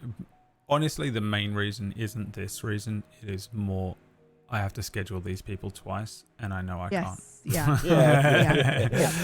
Like getting them in a room you get once a group a week to agree to a time slot. You get them for that time slot, dude. Yeah. If you need to talk to a player, it's 10 minutes before we go live in the thing because they're they're there for that block and that's it. Our show goes live between 17 and 20 minutes late every week because everyone arrives 1 minute before the start time of the show, and then they all talk. They have a full catch up between 4 people, and then I go, "Can we play the game?" and then it happens to all of us. Every time. You gotta interrupt the conversation, and you feel like a piece of shit. You're like, feel so bad, dude. And then you run the session, and then it gets to the end of the session, and then they go, "Oh, it's over already," and it's like, "Oh yeah." It's because you didn't shut up for 20 minutes. Yeah. Also, I fucking timed this pretty well, and I've had to fucking cut this ending. I'm sorry. It's especially bad in the last second. We do not shut up, you guys. We're like, "Oh, hi, how was your week?" and like, give us a rundown of your week. I would say this group are the worst for arriving absolutely 1 second before the show goes live. Out of maybe, and this isn't to say that I haven't had worse individuals over the years, but as a foursome. The 4 of you get there at 1 second before the show. I'm usually rating in. So you're normally rating in, so it's a decent enough excuse. But dude, they roll up, they roll in. It's like like the classic like LA actor who just shows up like sunglasses on, coffee in one hand, cigarette in the other, just like, "Hey guys." You know what you should do? Yeah. You should make one of those TikToks. Have you seen the D&D TikToks where they break down the people in the group and when they arrive to the session? No, but I know do you that. mean. Yeah. Guys, we should do some That's just TikToks, the green room. But just one That's of the green room one week. It's just that. It's just that. Well, I mean, it's the that's actually you have to do it by the good second idea, though. Bitch. Holy shit. The last second idea. is the last second. It's the last second. Yeah. It's the price you pay for having such a Jesse's great. just waking up, right? Like, group. Fairlight's just waking up for the day. He puts himself through hell, man. I don't know why he does it. Because he doesn't the best feel part pain. Too. Yeah, I don't know about that. However, I do remember, I wish I had clipped it. Somebody needs this. Anybody listening, because it might be in one of the session zeros for the last second. He says, I've fixed my sleep schedule. So I'm like, this should be fine. And like, I'm looking forward to it. And I was like, I need to clip that. I wish I had clipped that because I know, paste that shit. Anytime a game comes up that he's into, it's going to be gone, obliterating. He was the first to the call last week, I think. I know. I was so blown away by it that I screenshotted it and sent it into one of our groups and was like, this is monumental. Like, Fairlight has never been the first one to arrive before. But I'll take it as a compliment that he's good, very much enjoying the show. Yeah. And also, I do think, it's like you guys are a really strong cast. I've really, really enjoyed running the show for you. And all of the casts that show up 30 minutes beforehand have been trash. So, I can't begrudge you too much for all showing up 1 second before the thing. We're often late going live on Dumb as well. We're often like 10, 15, which is the latest I've ever had on a show. But then I remember Flick is getting up at 4 a.m. to be on the show with us. And I'm like, take your time, baby. Like when you get here is when we start. Yeah, that was 4 Disby. a.m. is crazy. Disby for Miss Light and Dying Order was literally it was like 3 a.m. What was it? It was, I don't know. It was something insane. It was something crazy. And she was like, it was very crazy. And she'd show up and she'd be like, just give me a second. It was why she wanted to play an old man in both campaigns, I think, just so she could put like just a beard and a wig on and be like, don't look at me. I get it. Let's do our next question, which is, it's sort of a question from April, but is also just something we said we would talk about, which is Past the Table Story. What was your biggest takeaway from Brad's Hojo experiment?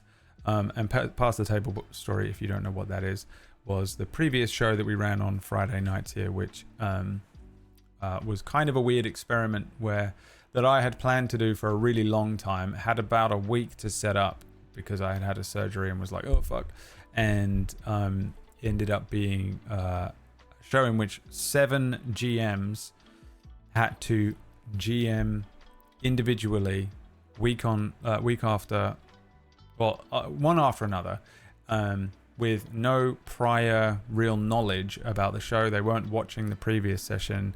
They just had the GM notes from the previous GM to work off of, and then they had to carry on. So kind of like a game of telephone. My initial sort of idea, or like, I don't know if I want to call it like an expectation, like not like a teacher's expectation, but like a version of events that I thought would happen, like of what's going to happen. What would happen is that they would have a singular narrative, and they'd have to kind of hot potato it, where like you suddenly go, oh, so this is happening, and I have to carry on. So if it were a singular narrative that had a beginning and an end, that maybe I had set them, where I said, look, this is where it starts and this is where it ends. You guys are in charge of getting us from A to B. Then they have to sort of pick that up week on, one after another, and then we see what that is. Like, how much of a mess is it? How cohesive is it? Instead, and I think the major takeaway is that they just ran 7 one-shots that they wanted to do, and we were perplexed about it for like 7 weeks straight until week 8, when we were the final GMs and we were rotating between us, which I think we should get to as well, because that has spawned a creative endeavor from us. I should probably work on that. We were perplexed because we were like, it's crazy that they're just running one shots, like they're just doing what they want in their heads. And like in my head, I was like, yeah, I guess maybe I would do that, because I'd know that my week, because they had their weeks set out because certain people needed schedules. So I scheduled all of them for their weeks. So I was like, maybe I would get in my head and be like, oh, well, I'll run them through this, or maybe I'll come up with, or you come up with an idea. And then when your week comes around, you just have to twist whatever has happened to run your thing. And I kind of thought that's what was happening until I saw the notes. Yeah, until we got there, and then we were like, oh, there is no end game. We have to make up an end game. Yeah. And it isn't, that's one of the most interesting things of the experiment, that if I were to recreate this experiment, I think I would start write a beginning and write an end, or like at least write like a structure, like the type of thing that I've run in the past, where I go, here's point A, or like act 1, act 2, act 3, where I know the beginning, I know the end, I know that they have to go to like place 2 to get this particular thing, and maybe setting up completely random GMs, same experiment with that kind of structure would produce the kind of results I was expecting, kind of thing. Because when you think about it, if you just threw 7 people in like I did, of course they did random one-shots. And it makes when you look at their notes, aren't actually like GM notes, in the sense that I think if I was handed PB's notes for Dumb and just told to run the next episode, I'd probably look at it and go, oh, where's she going with this, and what's the intention, and what are the secrets that are being held, and what are the reveals? And no, they're all at the top of the doc. I have it as well. I have like a take my notes now in case you guys need to look at them. I'm not kidding you. Oh, I don't go that crazy. I have it for myself. I'm a little bit on the crazier side now. Well, I injured my back, and also that one time I got hit by a car. So now I'm like acutely aware, like at any time, when an author dies and someone has to finish their final book. I need you to run an episode of this, please. So I do. I have all the information you need, and sometimes, very occasionally, I will talk to you. I would hate that, by the way. I would actually hate it. I would rather run my own one shot in the Dumb universe. And just grab them and be like, you've been brought to the mirror world. There are 17 mirrors in the mirror world. What do you do? Because I'd be so stressed about breaking your law, or like ruining everything, and reading. I'd be like studying this like crazy. Anyway, I think for me, my main takeaway was that, just because as the person, I was the producer of the show, so I was very much involved in it, and I was thinking about it, and I had no like actual expectations. Like, I really didn't care what came out of it. It didn't matter to me if it was like incredible, like Oscar worthy writing, or if it was just absolute like insanity, like barely watchable. I was like happy for anything, because I think the concept, and I said this to all of them each when I had my like pre-show prep and interviews with them when I was like, here's all your links and here's how to use this thing and stuff. I was like, you don't get stressed, because I think they were all kind of a little nervous in different ways and for different reasons. And I was like, no, there's no pressure to this, because it isn't like PB's gone, run an episode of Gone for me. It's not like WAC has been like, I need you to show up in a final episode of main character as the main villain, and you need to know absolutely everything about the entire setting, and you need to divulge that information during combat. Which is obviously awful to do to someone. I would never do it. And it's not quite what happened, but it's funny. But like the people who were running this were a little nervous, and so I said to them, like, there are no stakes, because everyone knows that you've been given nothing. Yeah. You've just everyone knows that I picked you up and threw you off the largest diving board into the deepest end of the pool and just told you to swim. And it's very low stakes. And considering that, I think each of them did I would say every single incredible. One of them were really interesting. And I think my second largest takeaway from it was that what I really wanted at the end of each of those episodes was a full 8-episode run of each DM's version of their show. Yeah. Rather than what we got as an overall thing, I just wanted 8 episodes of Maya's, like, isekai world. You know, I wanted 8 episodes of, like, Katsy's, like, in weird, like, investigatory flash sideways stuff, and, 8 episodes of whatever the fuck Murgles was drinking that day. Did you see the Piranha's underground facility? Because I accidentally saw that on like episode 4 or 5. Piranha linked me. So Piranha had real GM notes that were separate in a document that were not what I thought would be in the thing. Yeah. Instead of what was just a recap. And Piranha had so much random prep.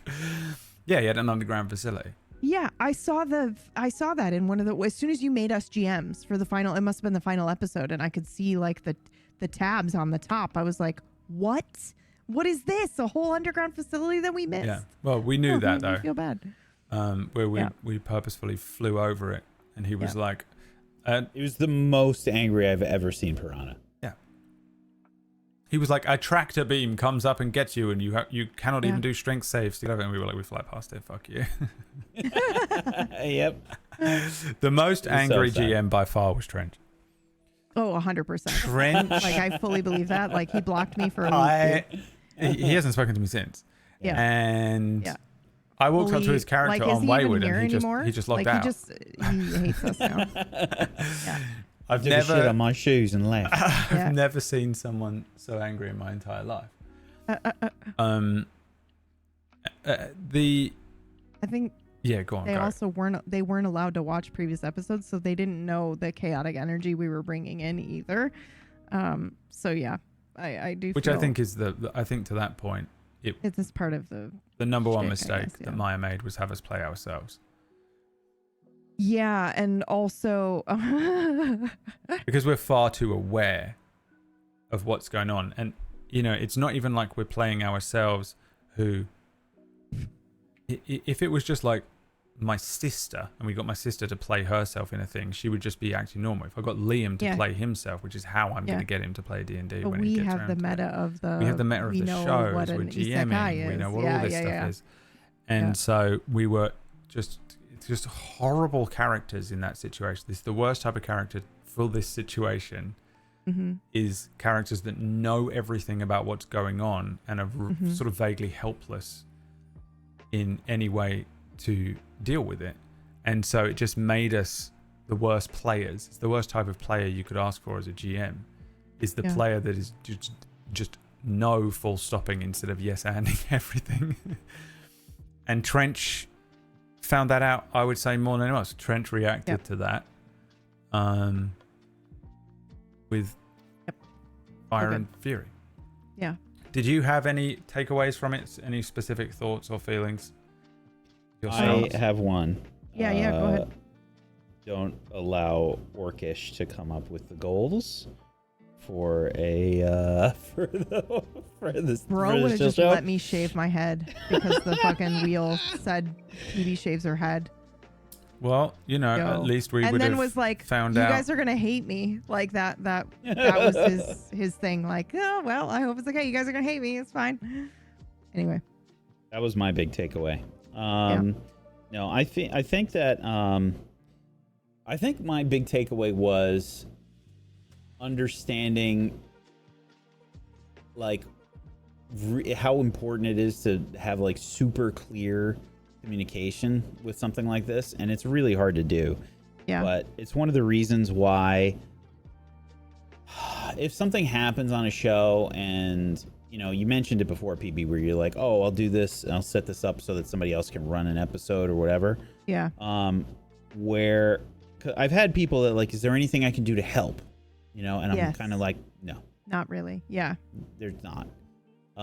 Because it's just a situation where trying to communicate everything that's going on and like what you should do and like what you can't do and all that is so difficult to actually communicate and communicate properly and like do it quickly is just a nightmare. So it's the only way to really do it, I think, is to just throw everything out the window and just do a complete trust fall. And that's hard to do. So yeah, I think my takeaway in general is like, if I look at it from the perspective of what you based this on, Brad, which was, from my understanding, the art exercise, and I can never remember what the actual name of it is, where you take a piece of paper and you fold it into thirds, and you essentially draw something on your third of the paper, and you extend some of the lines down over the fold, so that the next person in the chain that is doing it can build their stuff on those 3 or 4 lines or whatever it is that you extend past the fold. Exquisite Corpse. Oh, sorry. Read all of those messages. Screaming. Yeah. Because that says, as quick as it corp, quick as is it, and then goes, exquisite corpse. Just absolutely keep her going insane in the chat room. Just take a deep breath, Keeper. She's on mobile, okay? She's on something. Yeah. You want to be saved, Keeper. But yeah, that is such a difficult thing to do, because what ended up happening is people wrote recaps for their session notes. Yep. Instead of giving people 3 or 4 lines of where the session ended. Which is funny, because like, if you're going to write a recap, just watch the episode. Yeah. Yeah. But again, I wasn't takeaway. very strict with them in the calls. I gave them a big blurb of text at the beginning for like, here's the plan, and was like, I usually I was like, they get it, you know? And then when I get on the call with them, I'll just set them up with the more production side of things. Like, what do you want me to set up for you production wise? And then I leave them to write whatever they write, and then we find out what it is. And I think maybe I should have been more sort of like restrictive or specific in my like instructions for like what would have made sense. But again, like, I wasn't treating this like an actual experiment. It was an experiment. It wasn't like I was like being that. I wasn't like, you're my control group. And also it just, I'm too people pleasy. Like, I don't want to be on a call like, you're not allowed to do this and you're not allowed to do that. Like, I'm like, I don't care. Like, just have fun. I already feel kind of weirdly guilty that you're agreeing to do this, because it's kind of stressful. And I didn't even really appreciate how stressful it was until like, it was like Leah or someone said like, I'm really nervous to do this. And I was like, what the fuck are you on about? Why would you be nervous for this at all? And she was like, crazy. You 3... Everyone was nervous. You 3 are like everyone the was GMs. Nervous. And we were like, I was like, yeah, what? And then I was like, of course, yeah. And when I think about it, I would actually be shitting it I would be shitting myself.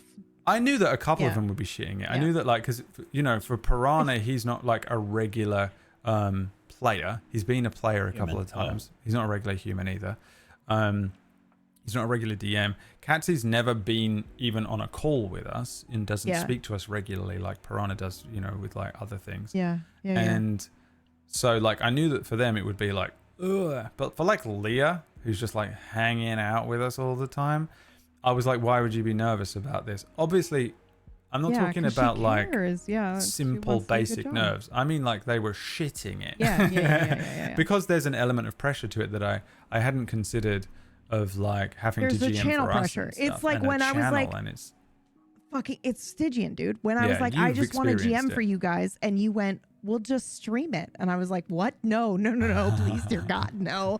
So you were like, yeah, and you were all so casual about it, like, yeah, well, if we're gonna be playing, we might as well stream it. And then I was like, oh, okay,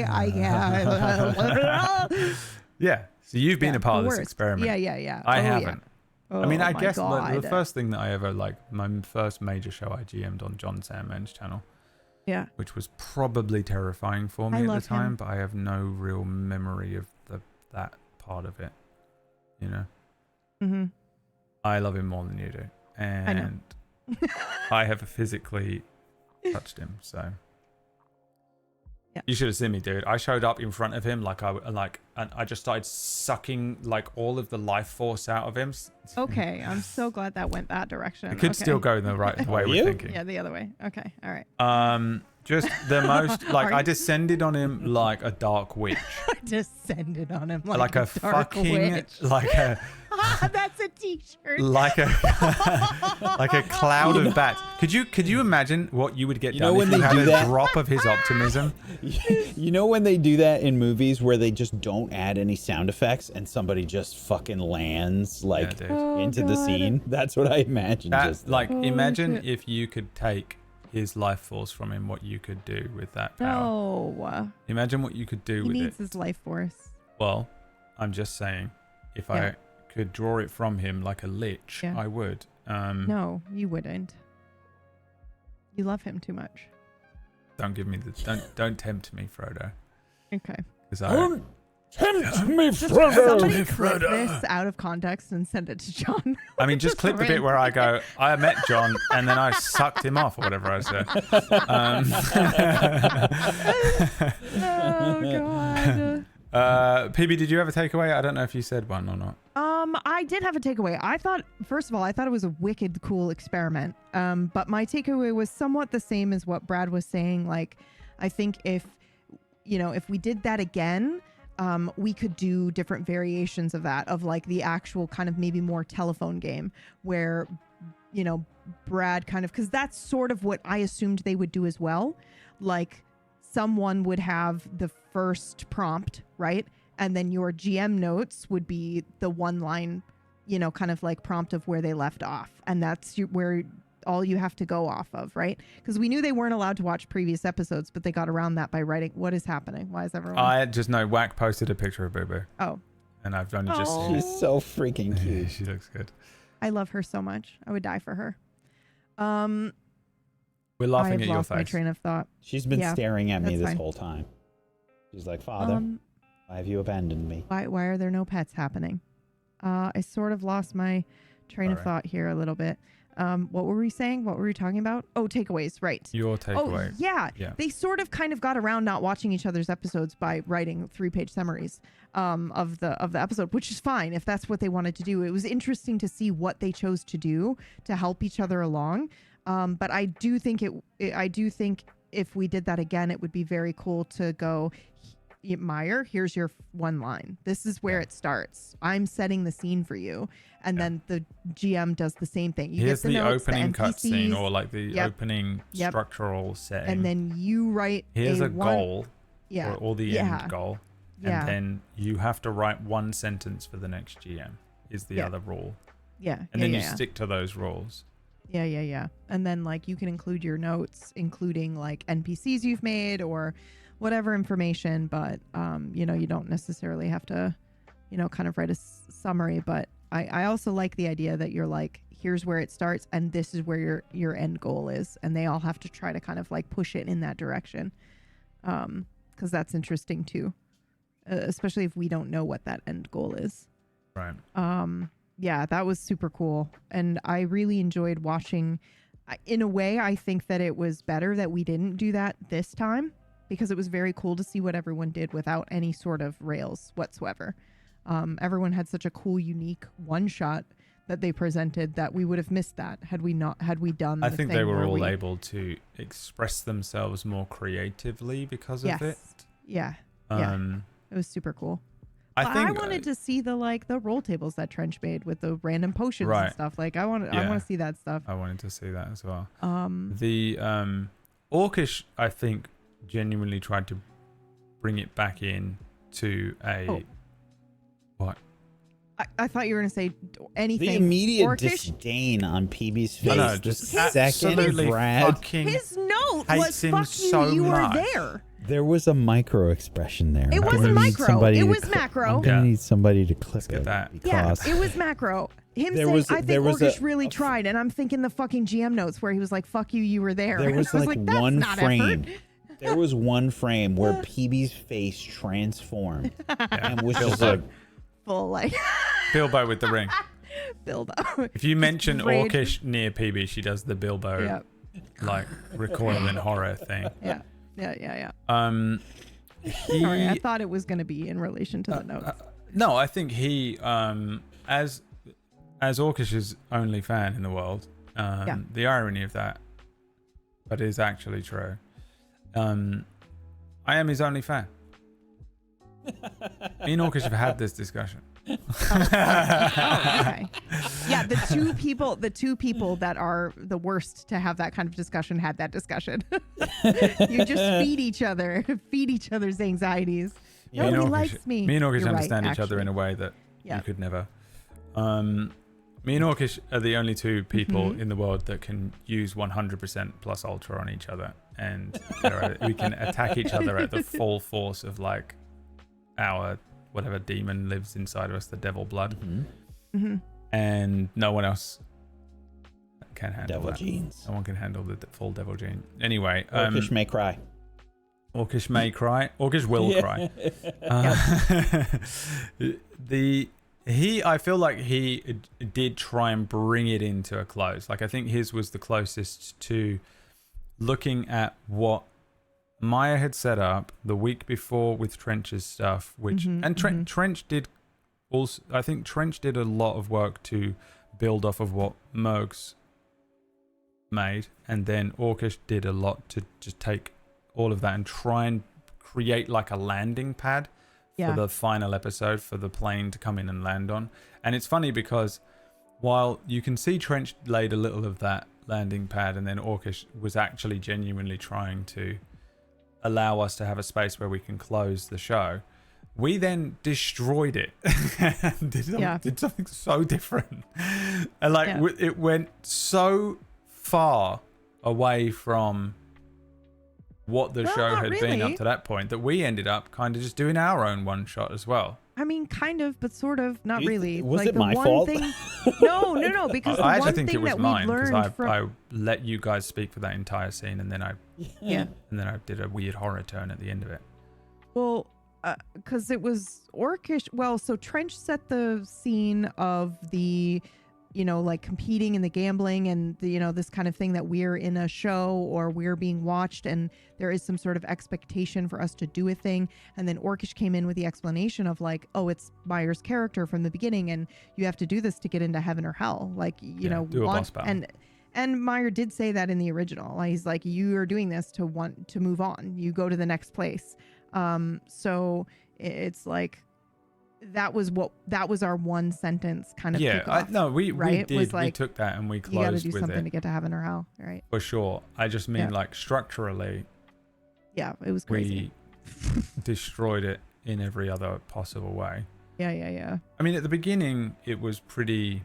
Like, I literally am not kidding when I tell you. I just thought it'd be really funny for the character to be like, "Well, there's only 2 of you left. And now you're in the Squid Game," and then I just played the Squid Game tile, and then I get a laugh. And I'm able to sleep that night. And then you were like, oh no. That's all I didn't need. Beyond I just need someone to laugh at my joke, and everything is all right with the world. Until I get that, I am. You have an actual physical calendar, and you have to draw like a check mark on that day, and it's a fucking X. Yeah. The most depressed I've ever been was the one day I didn't get one laugh from someone, that's my final day actually. It's coming up. It's coming up as I slowly get older and less funny. The scene, there was a scene where you two were up until the point where you two were alone next to the river, because we didn't have a wheel spin for a long time, and that was the catalyst that was changing stuff. Up until then, I'd say it was pretty gamified. Like I think I made you do like a doppelganger thing. I thought that would be fun for you to fuck with, and then you guys were doing like little puzzly things as well, and like try and figure it out. But it was still quite gamified until that one scene, and you two were like sat by the river, and you were having a really just a really interesting in-depth conversation between PB and Whack. And we had this fun scene where it was just PB and Whack naked by a river talking and pondering about life, which, a lot of people have heard us yap to one another about these things over the years, but it was like quite a nice scene to just see. There was also the element that the wheel spin didn't spin. And then I sent a message to the two of you in the group that just said, just keep talking by this river until the wheel spins, because it would just be great to have this whole show keeps going and going and going, whatever's happening, these crazy, silly, crazy things, and then there's just this fucking insane scene where it's Whack and PB having just a lovely conversation. I also didn't see it until the scene was over. I didn't see that message because I was so into I ruined it anyway about, because before the wheel spin even came in, I was like, the thing that I mentioned to you at the end of the episode, where I was like, it would be kind of just fucking cool if they were walking along after all of this, and if this was a movie, dude, I know for a fact that after all of that they would be looking, and then the audience would see these characters in the background turning to them. What are we doing now? You're doing it to me. You're just trying to get me back, even though this wasn't. Why didn't you do this to Whack? I didn't do this to you. Whack did this to you. Like, why am I the one that has to be bullied? He's sleeping, Whack. Yeah, how is that possible? I should return him. Something's broken. There's something wrong. Yeah. Post that in our Discord. Okay. So that people have to go to the non-effort Discord, and in order to unspoiler that image, you have to post a question for next week or a topic for us to talk about. Unbelievable. I don't know what I was saying, but I'm so sorry. No, I understand what you were doing. You're petty and narcissistic. No, I wasn't. I just whole thing how personally, is he sleeping and like Whack that? did it. So how is he sleeping? He's like liquid. For those listening who won't be going to the Discord later, the rescue cat has his legs splayed out like a frog on one level of the cat tree, and then he is spilled out onto a lower level of the cat tree with his chest, and is sleeping like that. He's on two levels of the cat tree. One with I his can't legs even begin to describe to you how much that doesn't describe what the picture looks like either. Like it is. No, it does, but like it's so much. Like, am I it's just so really much bad at my weirder. job? What? It's so much weirder and funnier than that. Oh. That this picture, It's it's the picture of 1,000 words. It's hilarious. Yeah. Okay. Anyway. Yeah. It's your turn to He's speak. still there. Like how? I can't be comfortable, man. I've seen so many pictures like that where cats are just sleeping the most awkward position. I can't wrap my head around it. Creatures. Maybe it like it limbers them up or something. I don't know. Oh. I can't imagine that it does, but I can't wrap my head around it. He probably had otherwise. to sleep like that in a tree or something. That is That's probably what it is. I can tell you what, at least 50% of it is just orange cat.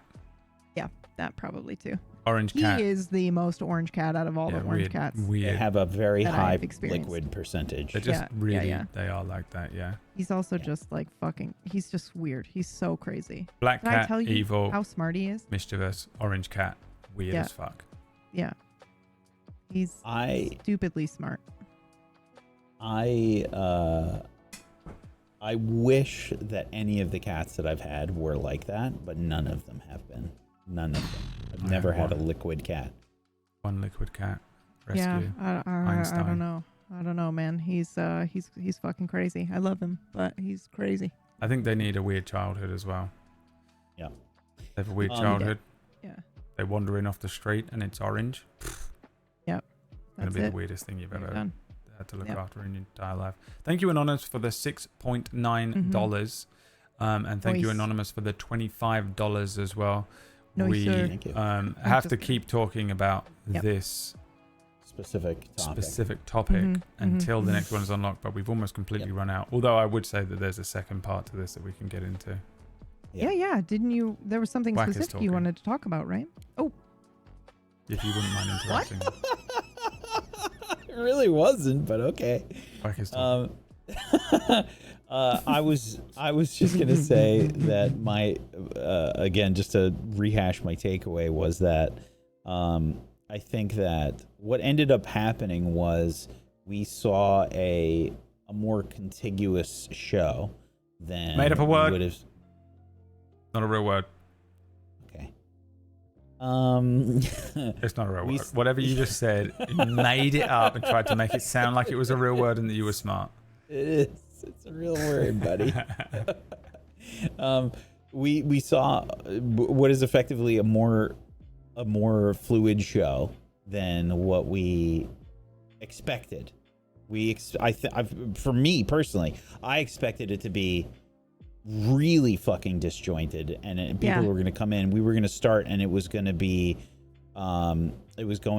like something completely alien. We were going to see some really weird, crazy shit.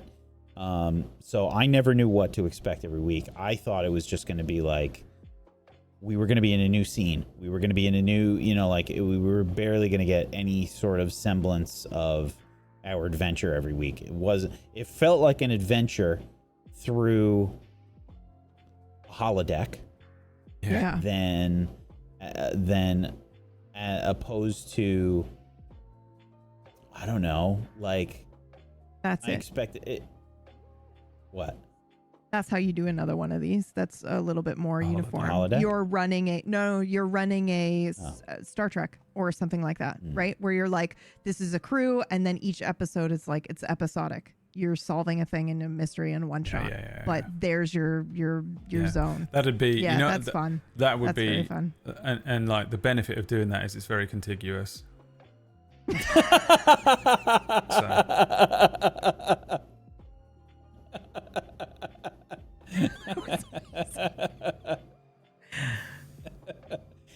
It's like a I don't know. I think that overall I really enjoyed it no matter what ended up happening. It was good no matter what. It was fun, it was good. It was We didn't have to do any babysitting. There was a little bit of me that was worried that people would really fuck up like the timing and then just run out, and like maybe we'd have to like really fill the time, or we'd maybe have to like step in and be like, I would say the biggest and worst mistake by far was Piranha Plant leaving dead air for 45 minutes of the opening part of the show. You're gonna give him a complex, dude. I know for you're a gonna scare fact him. it was killing Wax Steven, and I've never seen Wax Steven look like he was going to strangle someone more than he wanted to kill Piranha Plant in that moment. I was totally Brad, dude. I felt Brad's like energy of his butthole tightening and tightening and tightening and tightening like He the can't handle the entire silence, man. fucking I can't time. take it.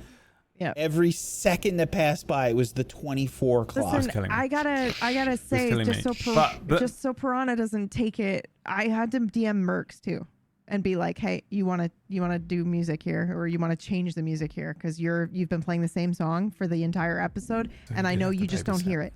So you did Right? have to babysit someone. Just the one. Well, but it was someone really did have to because be babysitted. So Mergs oh wow, actually, wow, it Mergs, was you crazy interfered good with the episode. experiment. no, I didn't. Yeah. Everyone else was part of the experiment. You came in. If this was like an actual scientific experiment, we would have to redo it because you fucked it up. You contaminated. I guess we'll have to redo it. You contaminated I guess we'll have to. Merg's episode. Mm-hmm, No, it wasn't that bad, It's just really. an I'm just easy fucking thing to with miss as a Piranha GM. Plant. But it was just the first example that came to my head of like potentially like exactly stuff like that you're saying, where it's like, did you want to play a song, or how often would we maybe have to help them along? But my actual real takeaway was that like we didn't really at all. We didn't have to get involved. They had They were fine. It made me realize that what we're doing is not special and we're not good at it. You know, we've been doing it for 10 years and we did it to the standard of them. They did it once. We suck. We were the worst possible. Like, if they had been doing it for 10 years, they'd be phenomenal at it. We're the lowest possible. We're the lowest bar possible. Yeah. In our heads this whole time, we're like, God, we're the shit. We're awesome. We're the best. We're the best. And then they came in and they just fucking told us how low our bar was. Do you know what the thing that I love about Piranha Plant's 45 minutes of silence was when I You're such a dick, dude. You're such a dick. I feel like it needs to be a fucking t-shirt at if this I point. don't memify it will become a trauma for him. How No, can we turn this into merch? How do we turn this into merch? Yeah, and then we use that merch to fund Piranha's therapy sessions. First of all, Piranha Plant is like the most zen person I've ever met in my entire life. Yeah. Second of all, it was the beginning just before we went live, and I said, "Do you want me to play a song?" And he went, "No, I don't want you to play a song. Just I'll tell you when." Yep. And then we got into it, and I knew deep down he'd forgotten for sure. Yep. But I was like, he seemed so confident. So I don't want to be what like. I heard in my head when he said that was, do you know, like, if you've ever heard like Foley effects and like watch people work on the fucking Foley and shit behind the scenes, I imagine fucking like, you know, like a hemp rope, like a thick hemp rope, like wet. The sound of it like twisting is what I imagine is going on in Brad's head the entire time. Yeah. I hate dead air. oh man, I can't do it. Like, I just can't take it. It actually makes me a worse GM because I can't just let fucking scenes breathe. And I go, all right, so you guys going? And they're like, no, we're still talking. And I'm like, oh, okay. I thought you guys were going. I thought you were done and you wanted to move on. There was a half a second between from when you spoke. And I'm dude. And I'm responsible for ensuring that you guys are having a fun time, and I don't want you to have a bad time. And it was my fault if you guys were. I didn't realize it were finished. Let me take these dishes and carry on and get the next course out. You said that, and I was like, "What are you talking about? No, you don't do that." And then you gave an example, and I was like, "Oh yeah, you do actually do that." Yeah. Where and you will just be like, "Okay," and we're just there, or we've done a thing. It's because I'm like, you're at my house and I'm serving you food. And I'm like, did you want some more food? Would you want some fruit? Do you want me to get you some? And I'm like, it's my dad at every That's me GMing. single fucking. He cannot sit still. If we're having dinner, and my glass of water is slightly near the bottom. He's like a fucking waiter in a 3-star Michelin star restaurant that swoops in from the fucking ceiling and like refills your water. You must be a support. He's like, you want some more water, Christopher? Dad, the water coolers, I can just turn around and get it. You don't have to get water. That's my players when they're having a fireside chat, and I'm like, so you guys want to carry on moving or whatever? I'm sorry, I didn't. Oh my god. Yeah. I'm trying to be better over the years, but it is literally just like my worst fear is that you are finished and you're all awkwardly sat there. Yeah.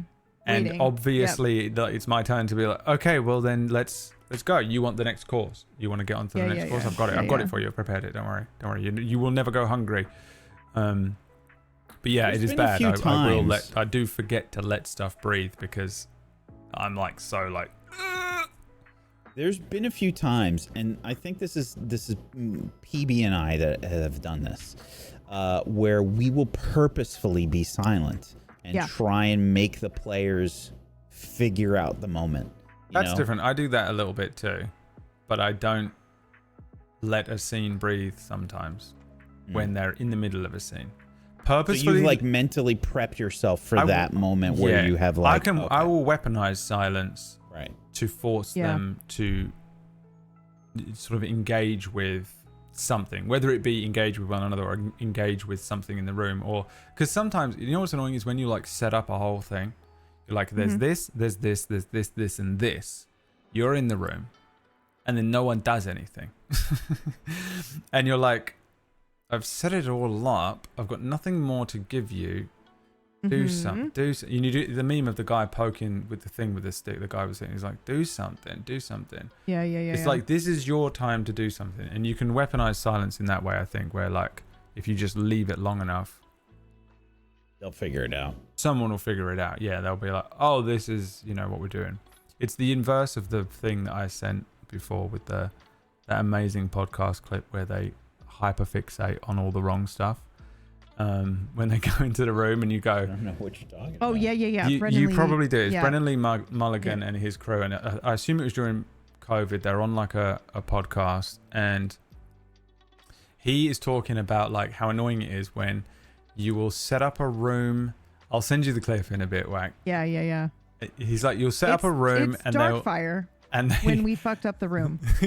Yeah. And like the players will hyperfixate on the wrong thing. Now I know. Yeah. So Yeah, you're trying to tell them to go Yeah. through the door, and you're like, so you're in a room, it's a dusty room, there's a table, there's a lamp on it, and then the players immediately like, remember what's the lamp made What's of? on And the you're like, table? I fucking. Can I read the books? What are do the on the books say? bookshelves? And you're like, none of this matters, and I fucking. But you don't know it because I'm I want holding to start all the reading the cards. first chapter of the If book. I No, you could- don't want to First read chapter. the fucking first chapter of the book. Yeah. I can't be Yeah. fucked to make up a book for no, you right but now. I've built you a seriously- whole fucking room through the door. Shut the fuck up and go through the room. But listen, that actually made me think of one piece of random GM advice that I could give you.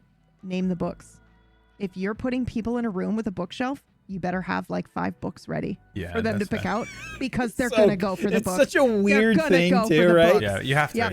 Yeah. Imagine giving people GM advice and being like, Yep. name your books. Name your What? book. Yeah, Name no. your book. What the fuck are you At talking least about? What 5 books? of them. Get 5 have of them. 5 different names, and one Here- should maybe be related to the plot in some way. Here's the biggest set of suggestions we can make. Yep. Have pre-made names ready for a location. Yes. You don't even have to assign them to an NPC. You just need them as backup. Yep. Because my brain. I just did that in the last dumb episode. I have literally a list of 50 names, and then when I use them, I then write the knock 'em off, NPC yeah. down next to him. Yep. Oh, yeah, and I'm yeah, like, I do, okay, yeah, that's yeah. who that NPC now is. List of need an names. NPC generator for Mhm. for Foundry. Yep. I Yep. made Just- one. Oh my god, that'd be so I good. just made one. Oh, that's fantastic. Also, just keep adding to. Just find the same list. Just make a page in your notes, whatever they Yeah. are, and just keep adding to it. And then essentially, it just becomes a table. PB, roll Yeah. me a D4. Have you got dice Yep. near you? I do. Okay. Hold on. What do you want? Roll me a number between I got a 3, believe it or not. a 3. Yep. The Well, book, I have 2 the D10s. book you pick so I don't know up what you want. is it's a it's a green old leather bound tome called The Metaphysics of Legs. What? Yeah. The Metaphysics of Legs? The Metaphysics of Legs. Who's the author? Name AJ your Dish. books. Yep, have names. Yep. Nice. Just keep that list forever, Yep. and just keep adding to Forever. it. Just Yep. keep adding to it, and also like most Especially people. if it's in the same world, dude. If you're in a D&D world and somebody's It's gonna be like, perfect oh my if you're in god, fantasy we or found whatever, that yeah. book somewhere else. Yeah, Yeah. If Your lore you're building. having to do like real world stuff, you probably just can Uh-huh. find any old list anywhere. Yeah. But It's if you're doing like I a have D&D one. thing, you just have like a bunch of completely different books on the shelf. Yeah. the I have books some thing for has happened to Gusto me books. so Yeah. many fucking Yeah. times. It's I real, dude. cannot. It's real. It happens in every single campaign. Yep. I think Name your Faye books. has been the perpetrator in so many of them too for me, where she's just like, oh, what is the book? And she's genuinely interested. Yeah. She's Yeah, not yeah, trying yeah, to. I know. She's not trying to piss me off. Yeah. She's genuinely interested. She's like, enriching oh, the world. Yep. Yeah. Yep. By, She's by like, being oh, excited. this is the lab of this fucking big bad evil guy. Yeah, And yeah. Like what's on the shelf? And I'm like, how did I not Yeah. remember to do this? Think about it like a fucking game. There are people who will ignore it, but then there are people who genuinely like learning about the lore through the books. Yeah. So if you're presenting books or a library or a bookshelf, fucking Lusty holy Argonian shit. Maid from Skyrim. Yeah. Yeah. That's why you Or- need to play it, PB. Yeah. And then Really maybe for the Lusty Argonian Maid. potentially do like a little like dedication or a first page, or Brad does this where it's like, I think he in Darkfire, I remember he did both, because there was a moment where I was like, oh, I feel really bad asking about Talus. Is that the author's name? I think it was, yeah. Oh my God. This is how much I enjoyed this part of this campaign. Because I felt bad asking for the books. I was so immersed in it that I was like, oh, I want to see the book. And then I had the moment of, bitch, he didn't write a fucking book. You can't just skip through the page. But what he had done was he had written something that I could read. It was like a paragraph or two of what was in the book. But then he also had like a little summary of like, oh, if you choose to spend time skimming this book, you seem to see it seems to be about like this, or like he has done experimentation. It's more of an introspective on his life as he is like going through this area and this area. And I was like, that's crazy. So do that too. Yeah. Like if you really want to go the extra mile, have like a little thing that they can, like a little blurb they can read, or a little summary of what the book is in case they decide to spend 3 hours with the book, their entire short rest. Just or sum long up. rest, You can also, they can do like a full short rest, and then you can just sum up what the entire book was, as if you were summing up Frankenstein, you know, but you're just like, this is what the whole story was. Yeah. You know? There's one thing that players, I feel like, don't realize a lot of the time is they want to look for an answer in said book, right? For something. And it's like, well, you got to research it. What do you read the book? Yeah. Like in 5 minutes? Yeah, you're the flag. Yeah. And you understand it perfectly? Give me a fucking break. Who are you? Who are you? So I will do that roll skimming for that thing. either. Yeah.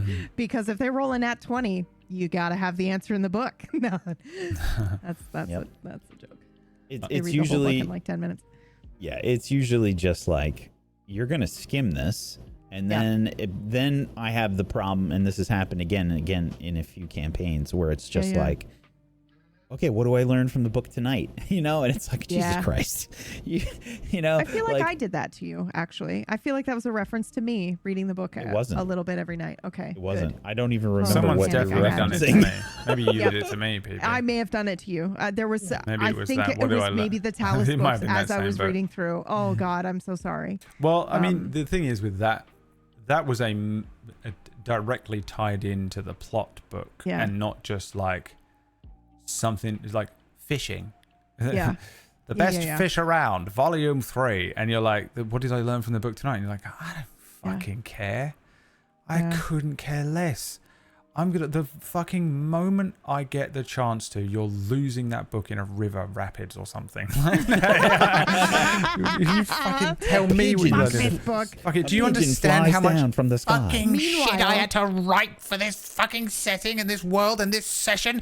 And you want to know about the book? You're becoming Glenn Howard in Always Something. Yeah. This is why we're on opposite sides, man. Because you're like, the second you lose that book, and I'm sat here like, what a cool, fun little gift that a player would give. Yeah, what a fun little idea. Like maybe I should I should include a book that you get to like, you know, browse through about fish in the area. I like doing that stuff what a fun little thing. When it's when you've prepared for it that it's fun to do. It's when you're underprepared for it and you just fucking just say some it's how you get stuck with the worst NPC of all time, and they will stay with them.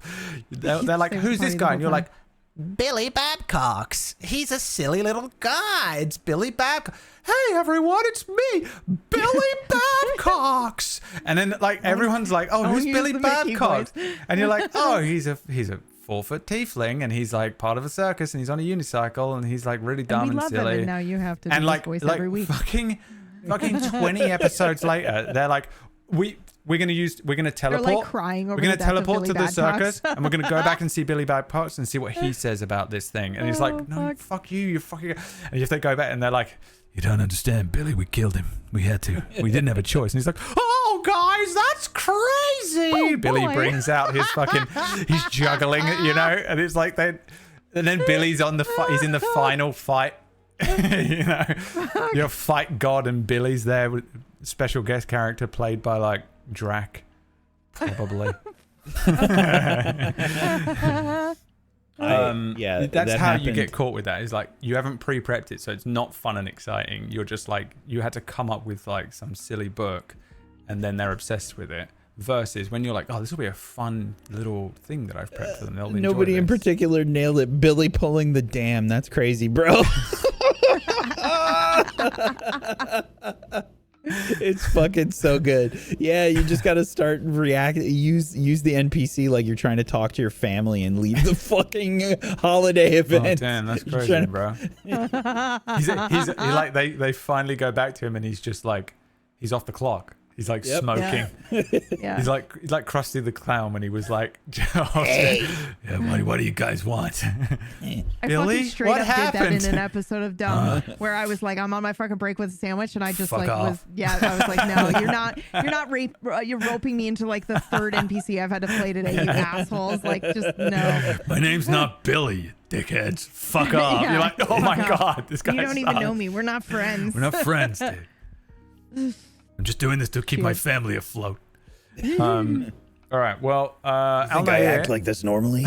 Al Nair, thanks for the $25. Anon, thanks for the $100. Jesus Christ. Thank you. Billy's Oh my God. here Thank you for with the $25. Billy says, "Hey." Hi. Oh, hey. Hi. Somewhere Oh, between hi. like Mickey Mouse and what was that fucking Towley from South Park that was always. Oh God. Remember that fucking thing? I cannot believe the shit that they got away with on that fucking God, show. I can't believe they still get away with Yeah, it. I was like, they still do. They're actively nothing really trying changed. to get canceled. Like they're trying to get the show canceled and they can't.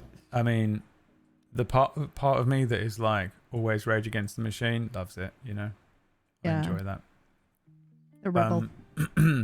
We've unlocked our next question, which saves you, PB, from having to answer the second half of the. I answered it. No, I was going to ask you about lots of details about the fact that off of the back of Past the Table Story, we have completely pivoted to do a similar experiment. Yep. Amongst the three of us, which is the as yet untitled but working title this/dis. Also, I don't think weirdly it was good. true, the info on dis. So I think the working title is actually this. I did look it up later. Yep. What more can you tell us about it? That I am going to open with 45 minutes of silence. You will. I will be not available that week, and Piranha will be taking my place so that he can enjoy the excruciating pain of 45 minutes. Let me ask you dead this, Brad. silence. Of this. Can you meditate at all? Not very well. I have extreme clinical OCD and intrusive thoughts though, so it's a little tougher. Well, I never know. Sometimes some stuff like breaks through your bullshit, you know, and it's like it makes its way through. So I never know what. I've never been good at meditation. I can do the best I can do is like breathing and progressive muscle relaxation stuff, and like the ones that they'll like talk you through it. Don't make a joke, PB. Okay. That I can do, but just the classic reach nirvana state, sit still, legs crossed in silence, and just concentrate on your breathing and reach an ascended state. I'm abysmally bad at it, and I've tried so many times in my life. And I know that it's like, oh, you gotta try it incrementally or whatever, but it's like, dude, I'm almost 40 years old, okay? I've figured my shit out. Don't start with me, all right? Is your point that Piranha is for sure able to sit in silence for 45 minutes and reach a state of ascendance? Nirvana. Yeah. Yes. Yeah. You could walk into his room at any moment and he's like, you'll see his like after image as he's like floating up out of his body as the astral projects. One of the most peaceful moments of my life, I remember very well. Sitting with Piranha in was silence. when Piranha's astral projection visited Wax Steven and taught him peace. Absolutely. I love how we both jumped on that immediately. We were like, oh yeah, let's make a joke of it. When my friend invited me to his like family's one of his family's houses. And yes, I said that correctly. I remember this friend. Yeah. Yeah. And we went. It was in Alabama, and we drove there. It was a long road trip. That might have been the one where we actually came up with the Wax Steven nickname. Damn. But What? we already went there. The origin Yeah. story. Lore. Yeah. I think it was that one. we did 2 road trips, but we did this road trip to Alabama, and they have a tree farm, okay, and there's just this big field of like weird grass. It's like really, it's almost like sharp, like thick, heavy grass, right? And it was so crazy in the house, and I had to like read a book for part of some work that I had to do for college, and I was like, okay, I'm gonna just go out into the field, sit down, and read. So I walked out. I was like, yeah, I'm just going to go out into the field. I'm just going to read out there. Because their house is crazy. They're just yelling at each other and screaming. I'm like, it's just crazy. I don't want to do this. And I was like, I'll go read. I'll go chill. And it was really silent for some reason. There was like very little like birds and insects and whatever making noise. It was just very silent. I was like, holy shit. Maybe I'm just feeling this way because I've been living in a city now for a while, and I don't know, maybe it's affecting me more. So I go to sit out and chill, and I'm out there for maybe an hour, okay? And I'm just reading and just relaxing in the grass and just reading. And then when I come back, I find out that, like, I guess their cousin or something arrived, and he's like, oh, that was you out in the field. And I was like, yes, hello? And they're like, oh, I almost shot you. Oh my God. Oh, wow. And I'm like, huh? Alabama. And he's like, I thought you were a turkey out there in the grass. And I'm like, whoa. So your first instinct is when you drive onto somebody else's property is get your gun and shoot it? Oh, hell yeah. Yeah. And it was Like, just like, and they like, just like had a laugh about it. And I'm just like, Great, I almost got shot today. Yeah. I'm like, oh, so you saw something you didn't recognize in the field, so get the gun? Well, to be fair, he Yeah. thought you were a turkey. Okay, great. Let me show you an impression of what would happen if you tried to shoot Piranha Plant. He'd go like this. Bang. He'd catch the bullet. Yep. And he'd look at it. He's reaching Nirvana. Drop it.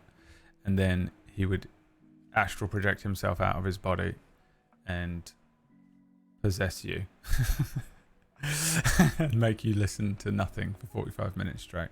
He's gonna kill me I'm one sorry, day. I should not encourage you He's by gonna laughing at kick that. 'Cause my ass, Piranha is dude. gonna really have. He's going to show up. Funny.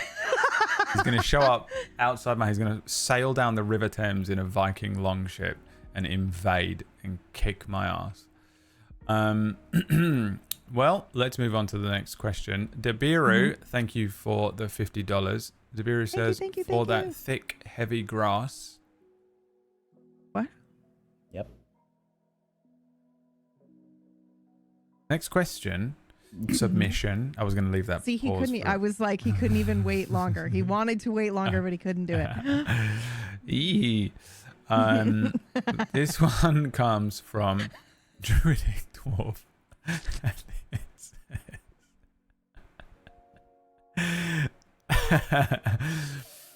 It says, oh fuck, I closed it. God damn it.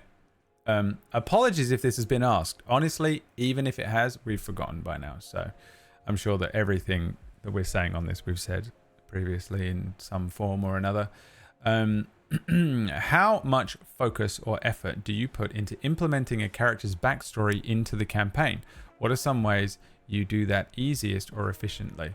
I have some... That is my favorite thing to do. Sorry, go ahead. See, I have first. feelings about this. Oh, do you? Yes, I have Okay. feelings about this. I have... Please tell me your feelings. Okay. Now, the assumption here under this question is that we are going to implement the characters' backstories into the campaign and narrative and story of a homebrew thing that you've written and your adventure, right? Well, I don't know, actually.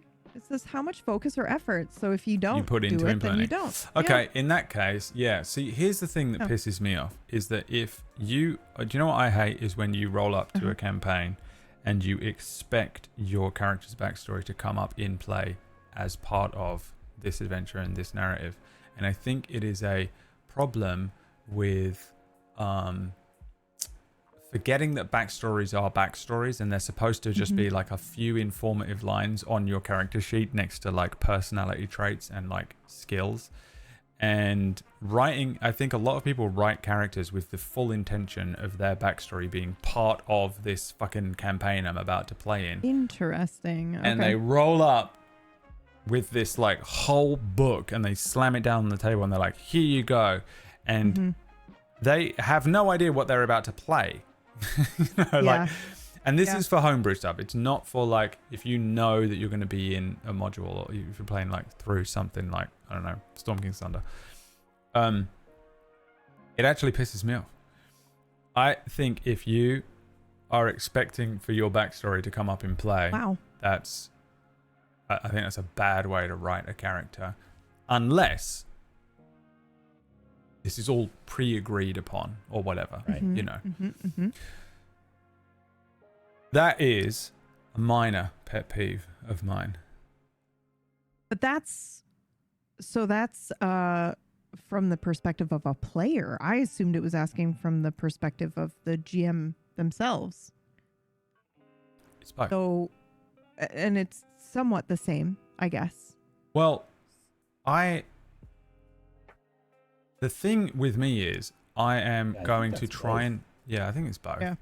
I am going to try and facilitate the game that you want to play. Yeah. And you have fucked my life up if you do this.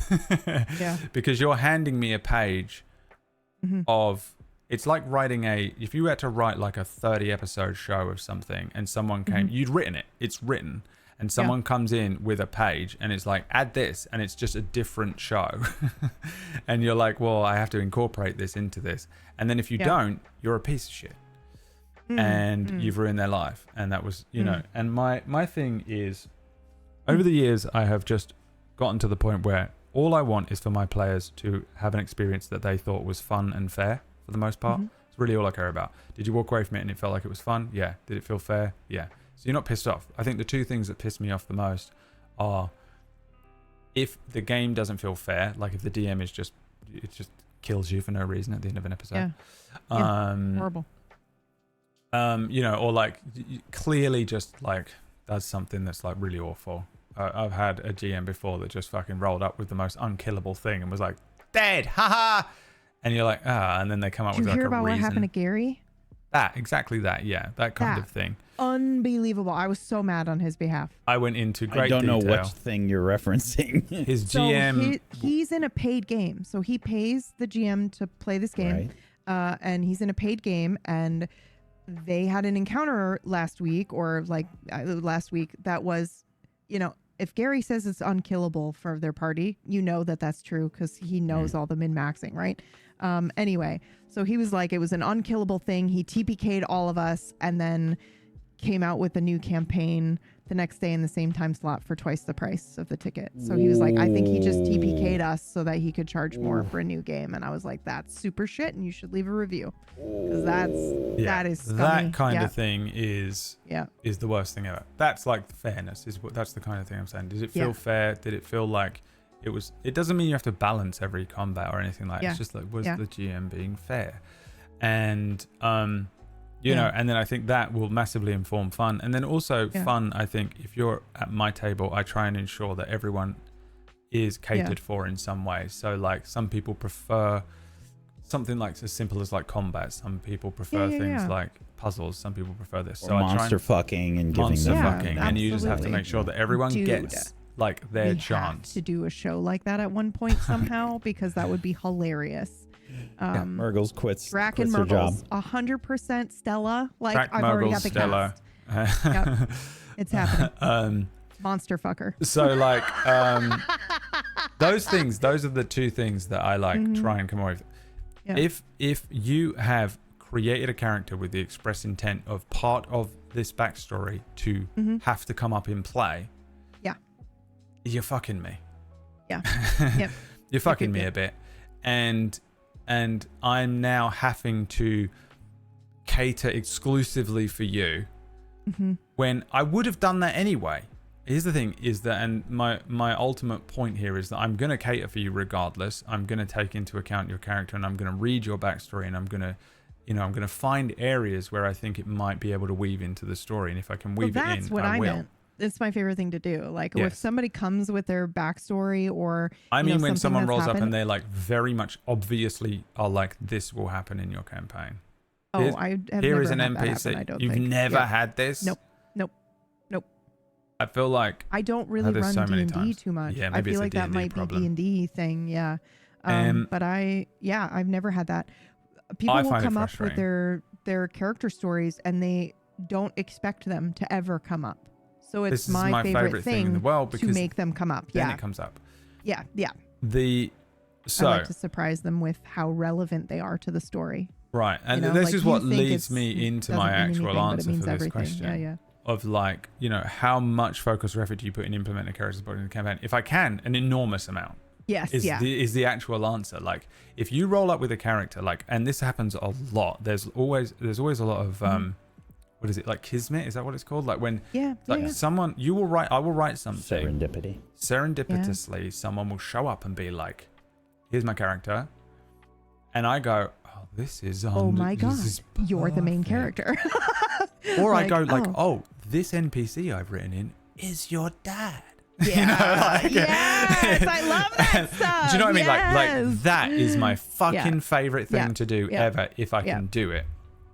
I find I think for me sometimes I'll find certain characters' backstories where there are question marks where I'm like, I can use this if it comes up and if it makes sense, and I can also not use it, so I won't write it in as like hard coded in as this NPC in their backstory or this event that happened or whatever can be in the campaign exactly, but there are options there and I think this is just how I GM a lot. I'm very, I think, Schrodinger with it, in that it will depend on how long it say took my group to get through the first part of the campaign as to how much time I have to really try and facilitate some of these extras, because they're kind of extracurricular things. Like if I want to bring in your backstory and it isn't just like already serendipitously perfectly just amalgamated into the thing, and I'm then like, okay, well, I would like to introduce this backstory thing, or it feels like this player or maybe player character would like to have this moment, or I can provide them with an interesting character arc, or sometimes you have a character and you're like, they need this character arc, I think, and I just don't think that this character is going to grow unless I give them this element from their backstory. My problem is like if I run out of time and I'm like, oh, you said like end the show when it feels right. Yeah. That's how I've always done it as well. Yeah. And sometimes you just run into, you just hit the end of the show and that player didn't get any backstory time. Yep. If that player is like pissed off, why? It was backstory. It's supposed to be what got you to this point. Yeah. It isn't supposed to be something that is rolled into the campaign. I think it just kind of falls into that that problem with communication, really, and expectation, and communicating what exactly you're looking for in a show to your players and what you expect of them.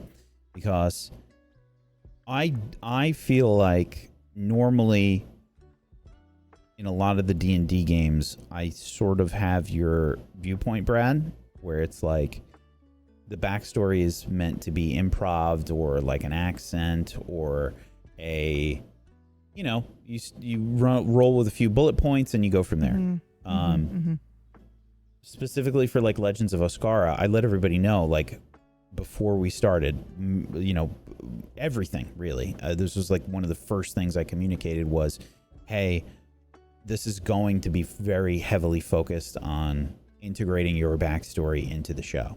I gave everybody a heads up beforehand. So I think that that like communication aspect is super important.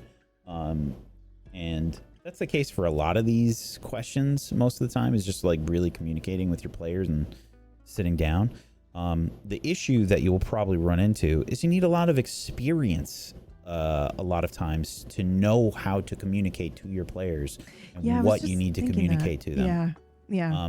you won't necessarily know what you need to communicate until you have some experience under your belt. It's like, you know, some obvious things like, hey, you know, like, like this is kind of the feel of the campaign, you know, like, or what I'm doing. That might be the most basic question that most people have is, what should I expect? Or, you know, something along those lines. But when you get into the details, it can be really hard to know what to communicate to your players, because you might have a certain expectation and they don't. And that just kind of comes down to experience, really. It's like, how many different kinds of players have you had? How many failures in your head have you had, you know, when you've done something like this? Because every show that you do or every game that you play, you get a little bit more experience and you figure out what works and what doesn't work. And practice is all about, you know, failing, whether it's a failure to communicate or, you know, messing up rules or TPKing when you probably shouldn't have done a TPK, or, you know, whatever, any of that stuff. It just comes down to experience. And sometimes you have to learn like a hard lesson where it's like, oh yeah, I fucked that up. And then you won't do it. Then next time you do the session, you'll be like, there's a lot of like, it's at the beginning of a campaign when you're like gathering your players and you're writing your adventure and you're prepping the setting and you're doing all this stuff.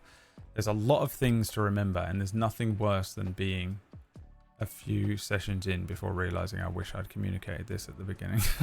Yeah. Because you can't then communicate it, because you're kind of just calling out an aspect probably of one of the players, or like, it could be like, for this I'll be like, if you're expecting your backstory to come up and play, it won't, you know, now you're just a dickhead. Yeah. And that, like, it can be quite rough as well. I mean, generally speaking, I enjoy implementing characters' backstories into campaigns as much as possible, but dude, there are times when I'm like, I just feel guilty for not being able to do it, and then I'm like, why? This is supposed to be an element of your character that informs how you play them. I feel like it's essentially just a personality or trait. Information you have ready to present to one of the other players if they ask about, like, how did like, you know, like, how did getting stuck out in that blizzard affect you, you know, like, or whatever. You want to know how I got these scars? That the other thing as well, and this is just just another separate thing, slightly separate, is like how many. Do you know what kills me so much is how many players will hold their backstory so close to their chest until the fucking 11th hour, the final episode, and they're like, you don't understand. Actually, the reason that I've been like this the whole campaign is because of this. And actually, it is so nice when a player reveals some of their backstory stuff very early on. Like, if I could, I would have like a magic button that I press that forces a player to reveal their backstory in that moment at certain points. We have a good example of this in The Lost Second, because Fairlight put his character's backstory revelation moment, or like, you know, just being more open with it, on a kind of RNG thing. So like, if X happens, then I'll say it. If this happens, I'll say this. You know what I mean? And he's weirdly building his character in a way that's slightly malleable. So depending on how he moves through the world, and depending on how he's affected by things or how they encounter things, like if they're doing lots of physical fighting, he'll take a point in fighter. If they're doing more like magical things or weird things, he'll take a point in warlock. Which is such a cool way to play, man. Yeah, and it's very non-Fairlight as well. He's normally like, I've got my build down and I've built it on you know, Nexus mods. I've modded everything in perfectly. And one of the things that he wrote in was like a backstory reveal thing, and he was like, man, I did not want to reveal this early. Like, I didn't want to, because no one does. No one, and this includes me as a player. I just want to state for the record, just a blanket statement, by the way, everything I criticize players for, I am fucking guilty as fuck of immediately. By the way, never think that I'm sitting here like, I'm a DM and I'm lording over. I've done absolutely all of these things, and I will continue to. It's called being a player. It's not even a derogatory term. It's just a curse that happens to you the moment you're playing versus running the game. When you're a GM, your perspective is so different that you can only be like, oh, and then this happens, and this happens. And sometimes you're like, these players, or sometimes you're like, I fucked that up. But like, yeah, so he was sort of forced to reveal some stuff about his backstory earlier than he wanted to. But for me, it's the perfect. I would have hit the button right then and been like, Bing, you have to. Because you get, like, if you had an overarching narrative, and if I was writing this as a TV show, as an individual, you would have each character reveal their backstories earlier, because you actually get a lot of context. And when you're sort of playing D&D, you're like, oh, I don't want to reveal this backstory element here. I want it to be this, like, moment that, like, it's almost like a plot twist that comes later on. But actually, it gives you a lot of context for why your character is the way that they are. And people will gravitate towards your character in a way that you maybe weren't expecting. Like, you don't get the sort of plot twist feeling.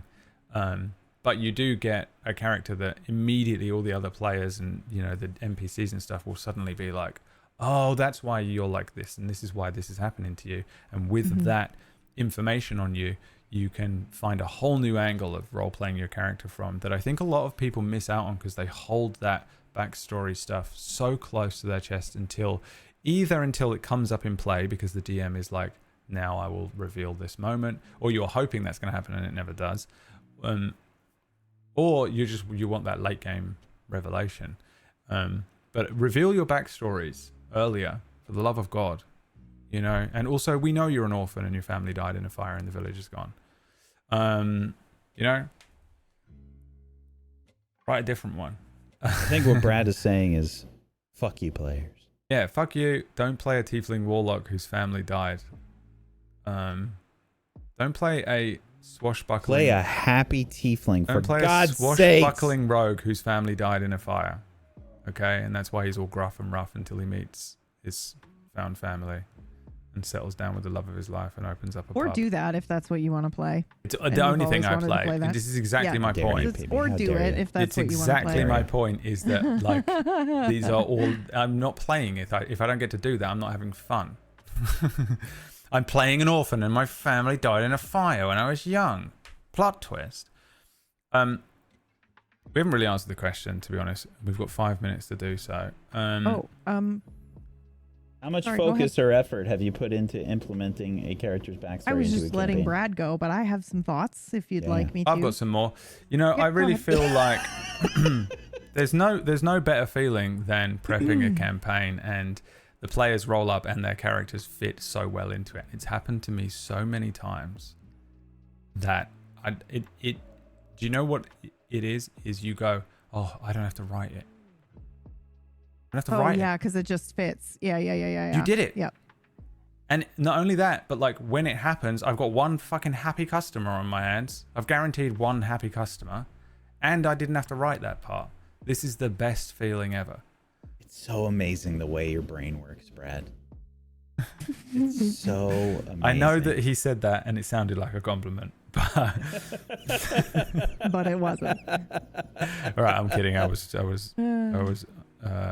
shut up. It's your turn to speak. It's exactly it's the same thing watching you play video games and speed running. It was the feeling I got when we played Subnautica, and every 3.5 seconds, new technology has been discovered. New technology has been discovered. New technology has been discovered. Scanning things. It was fun. I was exploring. I wasn't scared. Meanwhile, I was dissociating in the Meanwhile, I was trying to like help PB like coax her out of the ship and like, oh, look at that. Like, oh, look, it's so beautiful at night. And Brad's like, new discovery, new discovery, new discovery, new discovery. Are we done yet?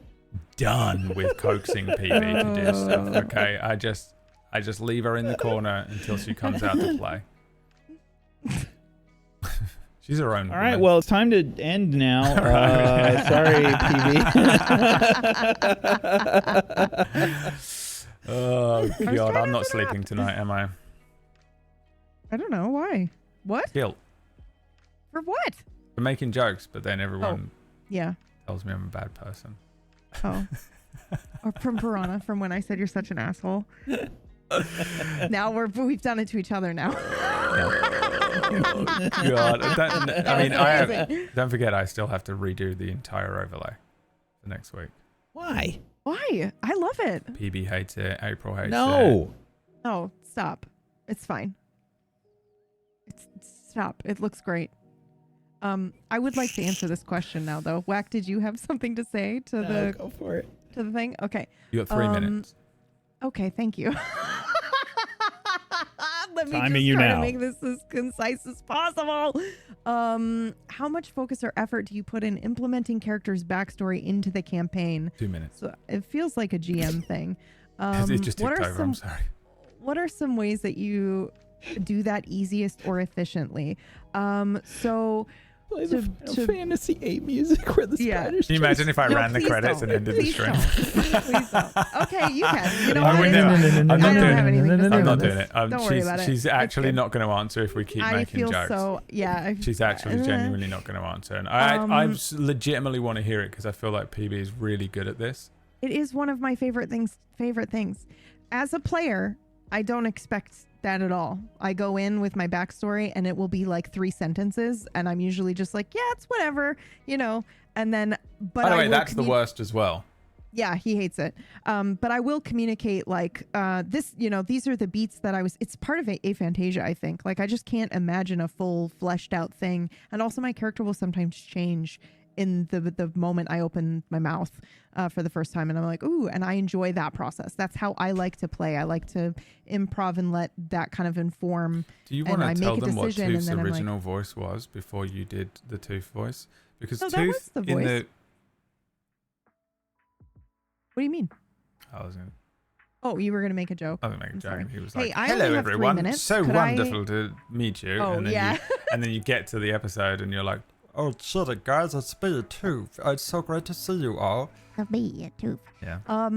Yeah, no, so like I will go into a game with 0 expectation that my backstory will ever be a part of anything, but I will be like, I'll tell the GM like, feel free to do whatever here or here, if this is I like love. somehow, And if to this be is fair, how somehow most relevant of to your the story, players do use it. that. Yeah. Yeah, if not, don't worry about it. But I will be like, I'm not married to this Yeah, thing, here's an so option. change it if you need to. Yeah, and whatever.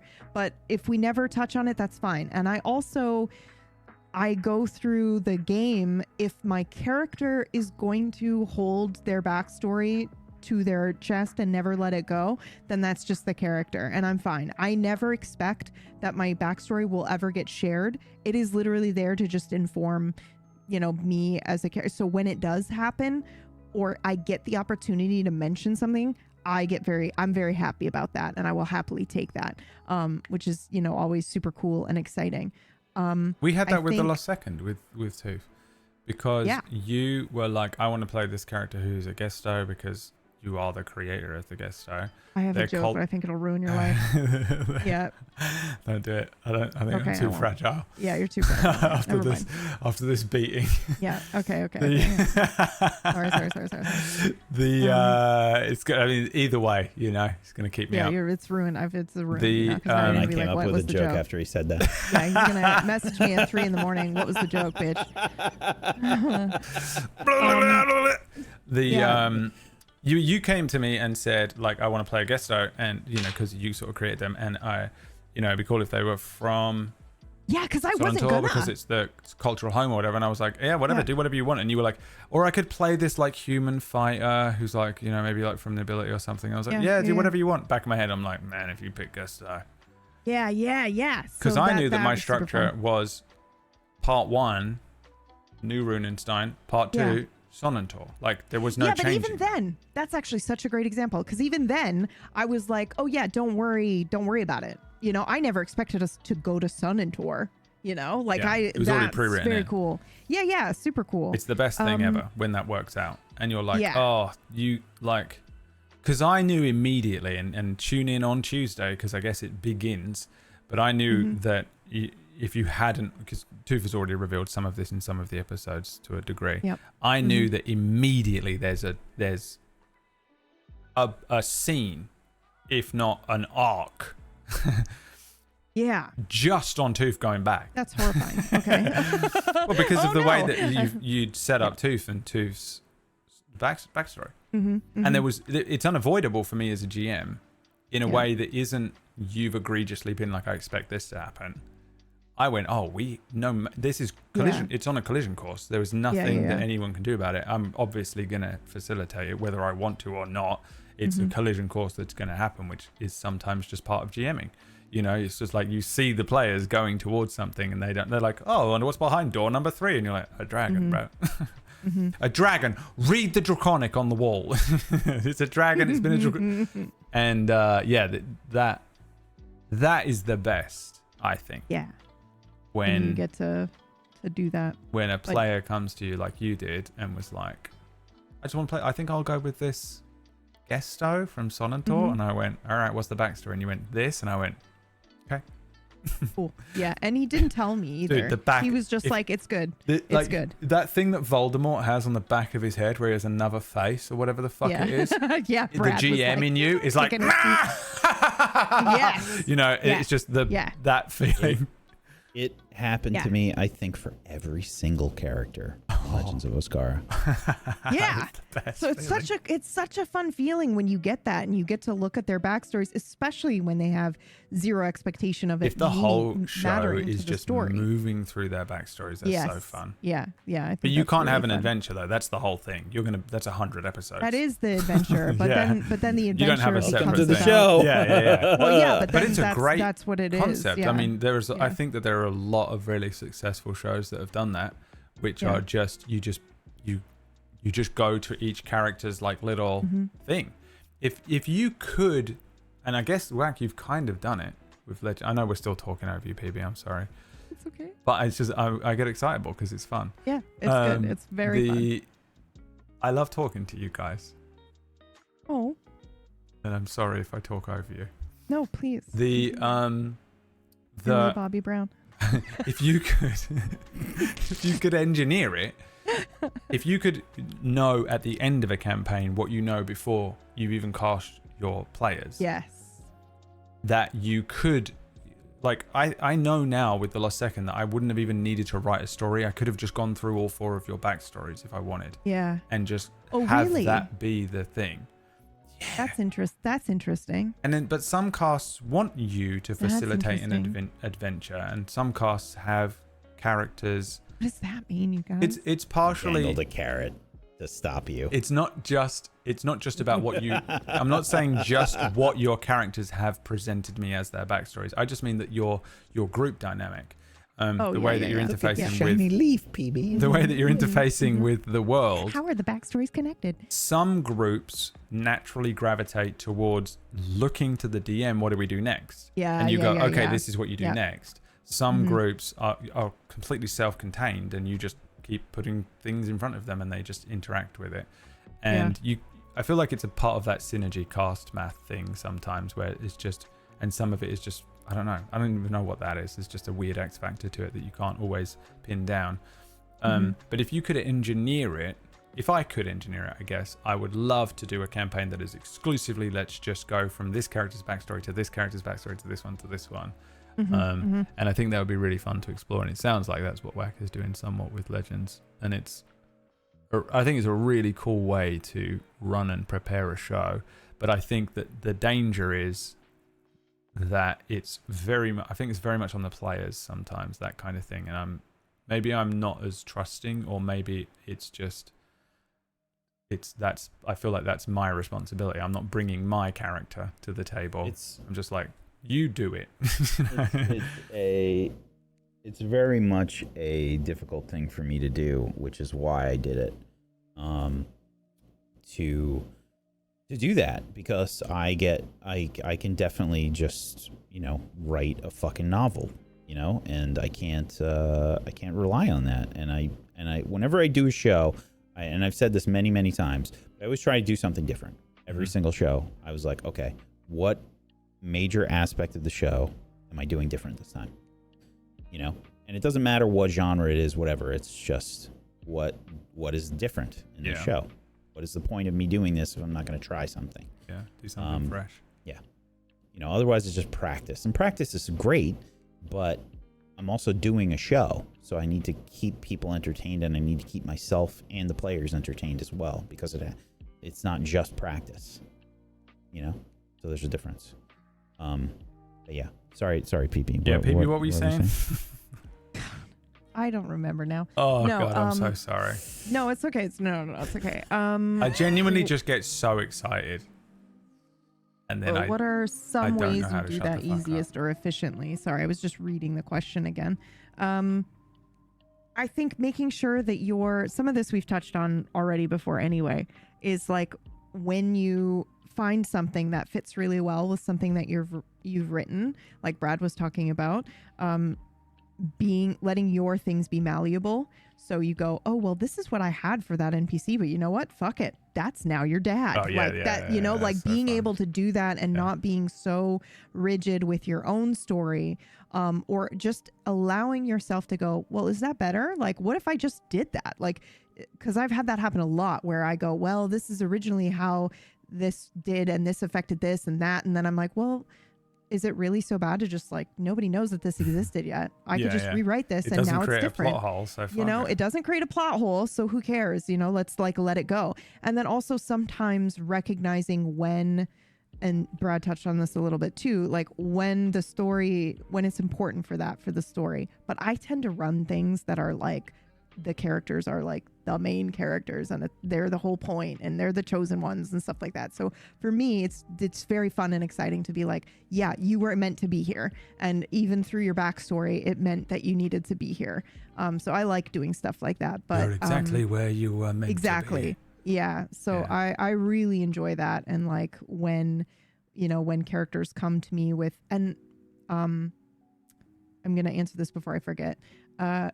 One of the ways to do it, I think, easiest, and Wax sort of touched on this, is when you're communicating with your players. I've been sitting here thinking, like, why don't I get players that come with backstories and they expect to get told? Like, some of that, I think, is just the nature of D&D, right? Like 5e, I think you just, there are expectations. So many people have played it and, whatever. But I really think some of it, too, might be that I ask what I want from my players, and then they kind of know. They go away and they think about that thing and they know that maybe that thing might be important. So I'll be like, well, where did you go to school? Like what was that like? I will go in, and if I feel like the player isn't really able to develop their character in a way prior to the show that I feel like I might need, and I say able because not everybody's brains or creativity works that way. I'm that way as a player, where I will just be like, I have an idea of this character, but I don't know everywhere that they've been. I'm not one of those players that can easily come up with, what this person's life was, a fully fleshed out character before episode 1. Because I like to experience the episode and experience the narrative a little bit, and they go, oh, what would be really cool is if that, this is kind of like where I came from, more so in depth than, just Sun and Tor. This is what my life is like. I have vague ideas. I don't want Tooth to be important. Like, I know that, and by that I mean, like, I don't want them to have a crazy job. I don't want them to be super special. They were basically a fucking janitor, I have in my head, like, this is kind of what I want. And that's it. But I don't actually flesh out anything until Brad goes, hey, bitch, we're going to Sun and Tor. Where did you live? And I'm like, oh, and now I have to actually think about all those things. So, you're gonna that kind of stuff. Shit yourself on Tuesday, I think. I'm so excited, dude. I'm so excited. Like, I love that it was like, you might as well just start shitting yourself right now. I am actually. In fact, it's happening this moment. But also he was like, we're going to Sun and Tor. It took us a while. We got there and then we had 2 weeks off. And I'm like, but Sun and Tor. Yeah. Anyway. Yeah, I'm very excited for you to get to Sun and Tor because of your backstory. Like, I know I gave a little spiel about how it really winds me up when people like expect certain things of the game from the GM. Yeah. When they write their backstory as if they want it forcibly to be placed into the thing, but when it works perfectly, like you were saying, and it weaves its way into the narrative, I think it's some of the most important or at least entertaining elements of these shows sometimes, because it's when your characters get to do some major like character evolution stuff for the most part, because you're being faced with the little character that you wrote at the beginning and their past and stuff, and then you can see how much you've changed even on just this adventure usually, and almost every character has that. That's actually a huge point that he just made, and I'm going to reiterate it here for those listening, because that's how you do it. That's how you get the player to resonate with you bringing their backstory in. You need to pay attention to the character that they've made, and maybe even episode 1 or 2, and how they're playing that character. Are they playing a character where that backstory is well past and they have come to terms with that backstory? In that case, you don't necessarily want to bring it up in a particular way. So maybe pay attention to that backstory and figure out, okay, in what way will presenting an element of this backstory force a character change, or force their character to become face to face with something their character doesn't want to face. That's how you do character growth in novels. That's how you do character growth in film. And that's the element of their backstory you would want to bring forward, right? So, for example, you have a character that lost their best friend in a fire when they were 15, and they're an orphan and all these things and blah blah blah. You don't necessarily want to pester them about their best friend that they lost, maybe, and death. You don't want that element. You want to bring in the fire element. You want to bring in the lack of control that they had in the situation. So you want to be constantly putting situations in front of them where they're face to face with, it's you and the only other player and this other player, and the other 2 players are out of the way. And now there's this danger, and what do you do? And you're just constantly reinforcing that element of the backstory, not necessarily the backstory specifically. And that is how you get the player to feel special. Like you have listened to them as a GM, and that you're the story's about them, which is, nobody. It is. Yeah. And that's the point. The story is about them and their characters and who they're playing, and not necessarily about what came before, but it is about who they are now and the hang-ups that their character might have today. Meta game that you can play when you think about, if you think about any character you might have played, the difference between what you wrote down on paper even before session 1, and the difference between that character when you wrote them, the difference between that character and when you first started playing them and you opened your mouth for the first time, and how they sounded and how they actually responded to stuff, how they were at the end of episode 1, and then how they were at the end of the entire campaign. Yeah. It's it's almost always going to be so different. And the strange thing with D&D is these characters usually have these relatively simple backstories, even if you've written a lot. The adventure they go on is so much richer than anything you could write, because there's so much information coming into this diluted, undiluted stream of a single adventure that they go on, that at the end of it, it's almost impossible for your character not to have had some sort of character arc or have been through something. But to really dive in and hone in on that character for a few sessions or whatever is one of the best ways to just hold that character up to the light and just let them evolve in real time. And also, that's probably something that is fun to keep in mind as the player as well. Identify those parts of your backstory for practice. If you're not GMing yet and you're haven't done that yet, do it with your current game that you're playing in. Identify the elements of your backstory that would make your character, in a novel or a movie, change or progress. And notice when they're happening in game, when the GM is putting them in front of you. Because there's also a huge possibility that you're missing it. You're missing an opportunity to talk about your backstory because you're waiting for the exact trigger word.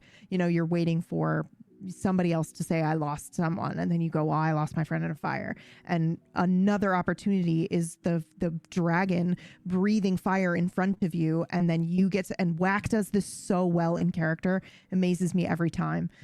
He will pick up on elements that tie to his character's backstory and react to them appropriately.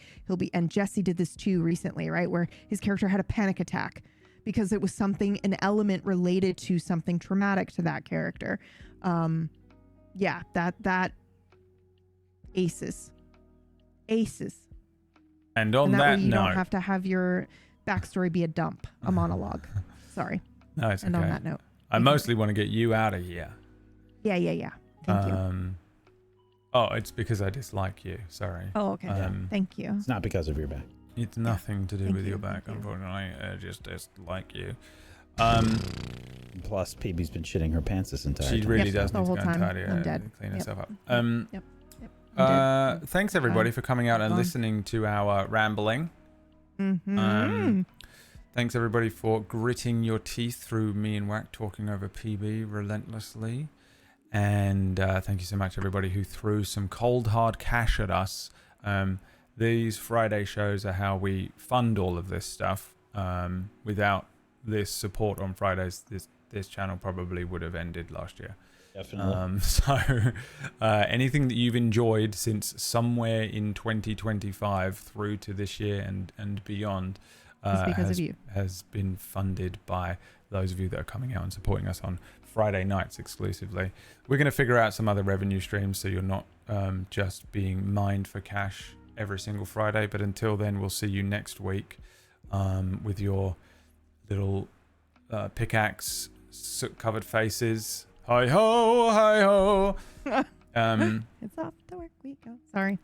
And don't forget to tune in and watch all of our wonderful shows that you are funding and allowing us to perform for you with our friends and co-workers. We have Mondays. We have Legends of Oscara. If you want to go and watch the Backstory show, apparently. Now we know how it was structurally built. Tuesday, you can tune in to the show where if you provided me with a backstory, I ignored it. Because I don't like people writing me backstories. Killed us outright. Actually, we're actually completely moving into the Backstory show on the last second on Tuesday as the spotlight lands on poor little Tooth. I'm gonna puke now. Yeah, terrifying. And you didn't actually though, right? What? Like we're just going to Sun and Tor. There's like no expectation for backstory stuff, right? I have expectations. The actual fucking panic I'm having right now. You built up more than anyone. So many. Oh my god! The last episode we saw Tooth in, when you were all having that discussion under the thing, I was like, oh, now I'm invested. What do you mean? You brought up. What do you mean? Oh well, yeah. And Tooth was like, I can't go in there. I'm not allowed. Well, but that's true. I've been done kicked out of home, I tells you. And I ain't never known going to be allowed to go back, I said. Can't wait. That's, by the way, that's Tooth's older brother that's going to show up and be like, hey, Tooth, how's it going? It's been so darn diddly long since I seen you. So darn diddly long. I have the bibbles. And if you want to see PB run a masterclass on shitting her pants. On shitting thank you. her pants. No, Live. on small setting, limited number of NPCs. Which is not the show that you're about to mention at all. Trapped in a room. Or you want to see a show where everyone's an NPC?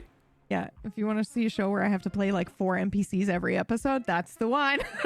Including the GM being one. Yeah.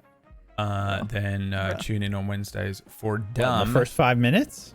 The first 5 minutes are always dumb. I wish I could play it, you know. Yeah. I have it on my stream, but not on this one. I should also have it. It's so good. So we're going to do a couple more episodes of Non-Effort, and then PB is going to prepare I'm going to run a thing. Weird, vague, run this bizarre spin-off type thing from Past the Table Story. Creative spin-off, at least, which is very fun. Lastly, PB, if you'd like to just like talk about something for a little while so that I can run the credits and then play the music over you so that we interrupt you for one last time, just tell us about the cat. Tell us about the cat. He's sleeping, not in the position that he was in, the liquid position. He's really cute. Credits are scrolling. Wow, look at that. They are. Wow, good job, Brad. He's afraid of everything. So the thunderstorms that have been happening here recently, he shakes. His tail gets really puffy.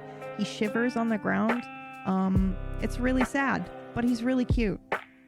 And he likes cuddling. Are we still going? Because I don't hear the volume going up. Okay. Is it not going up? I can't hear it going up. It's going up. I'll tell you what. It is. It's so loud. He came to cuddle with me this morning, which was really cute. Like fully headbutting me with the full force of his power, which was really adorable. Yeah. It's so loud. How was this not louder for you? I mean, it is now. It's louder now. Oh, are we still live? Yeah.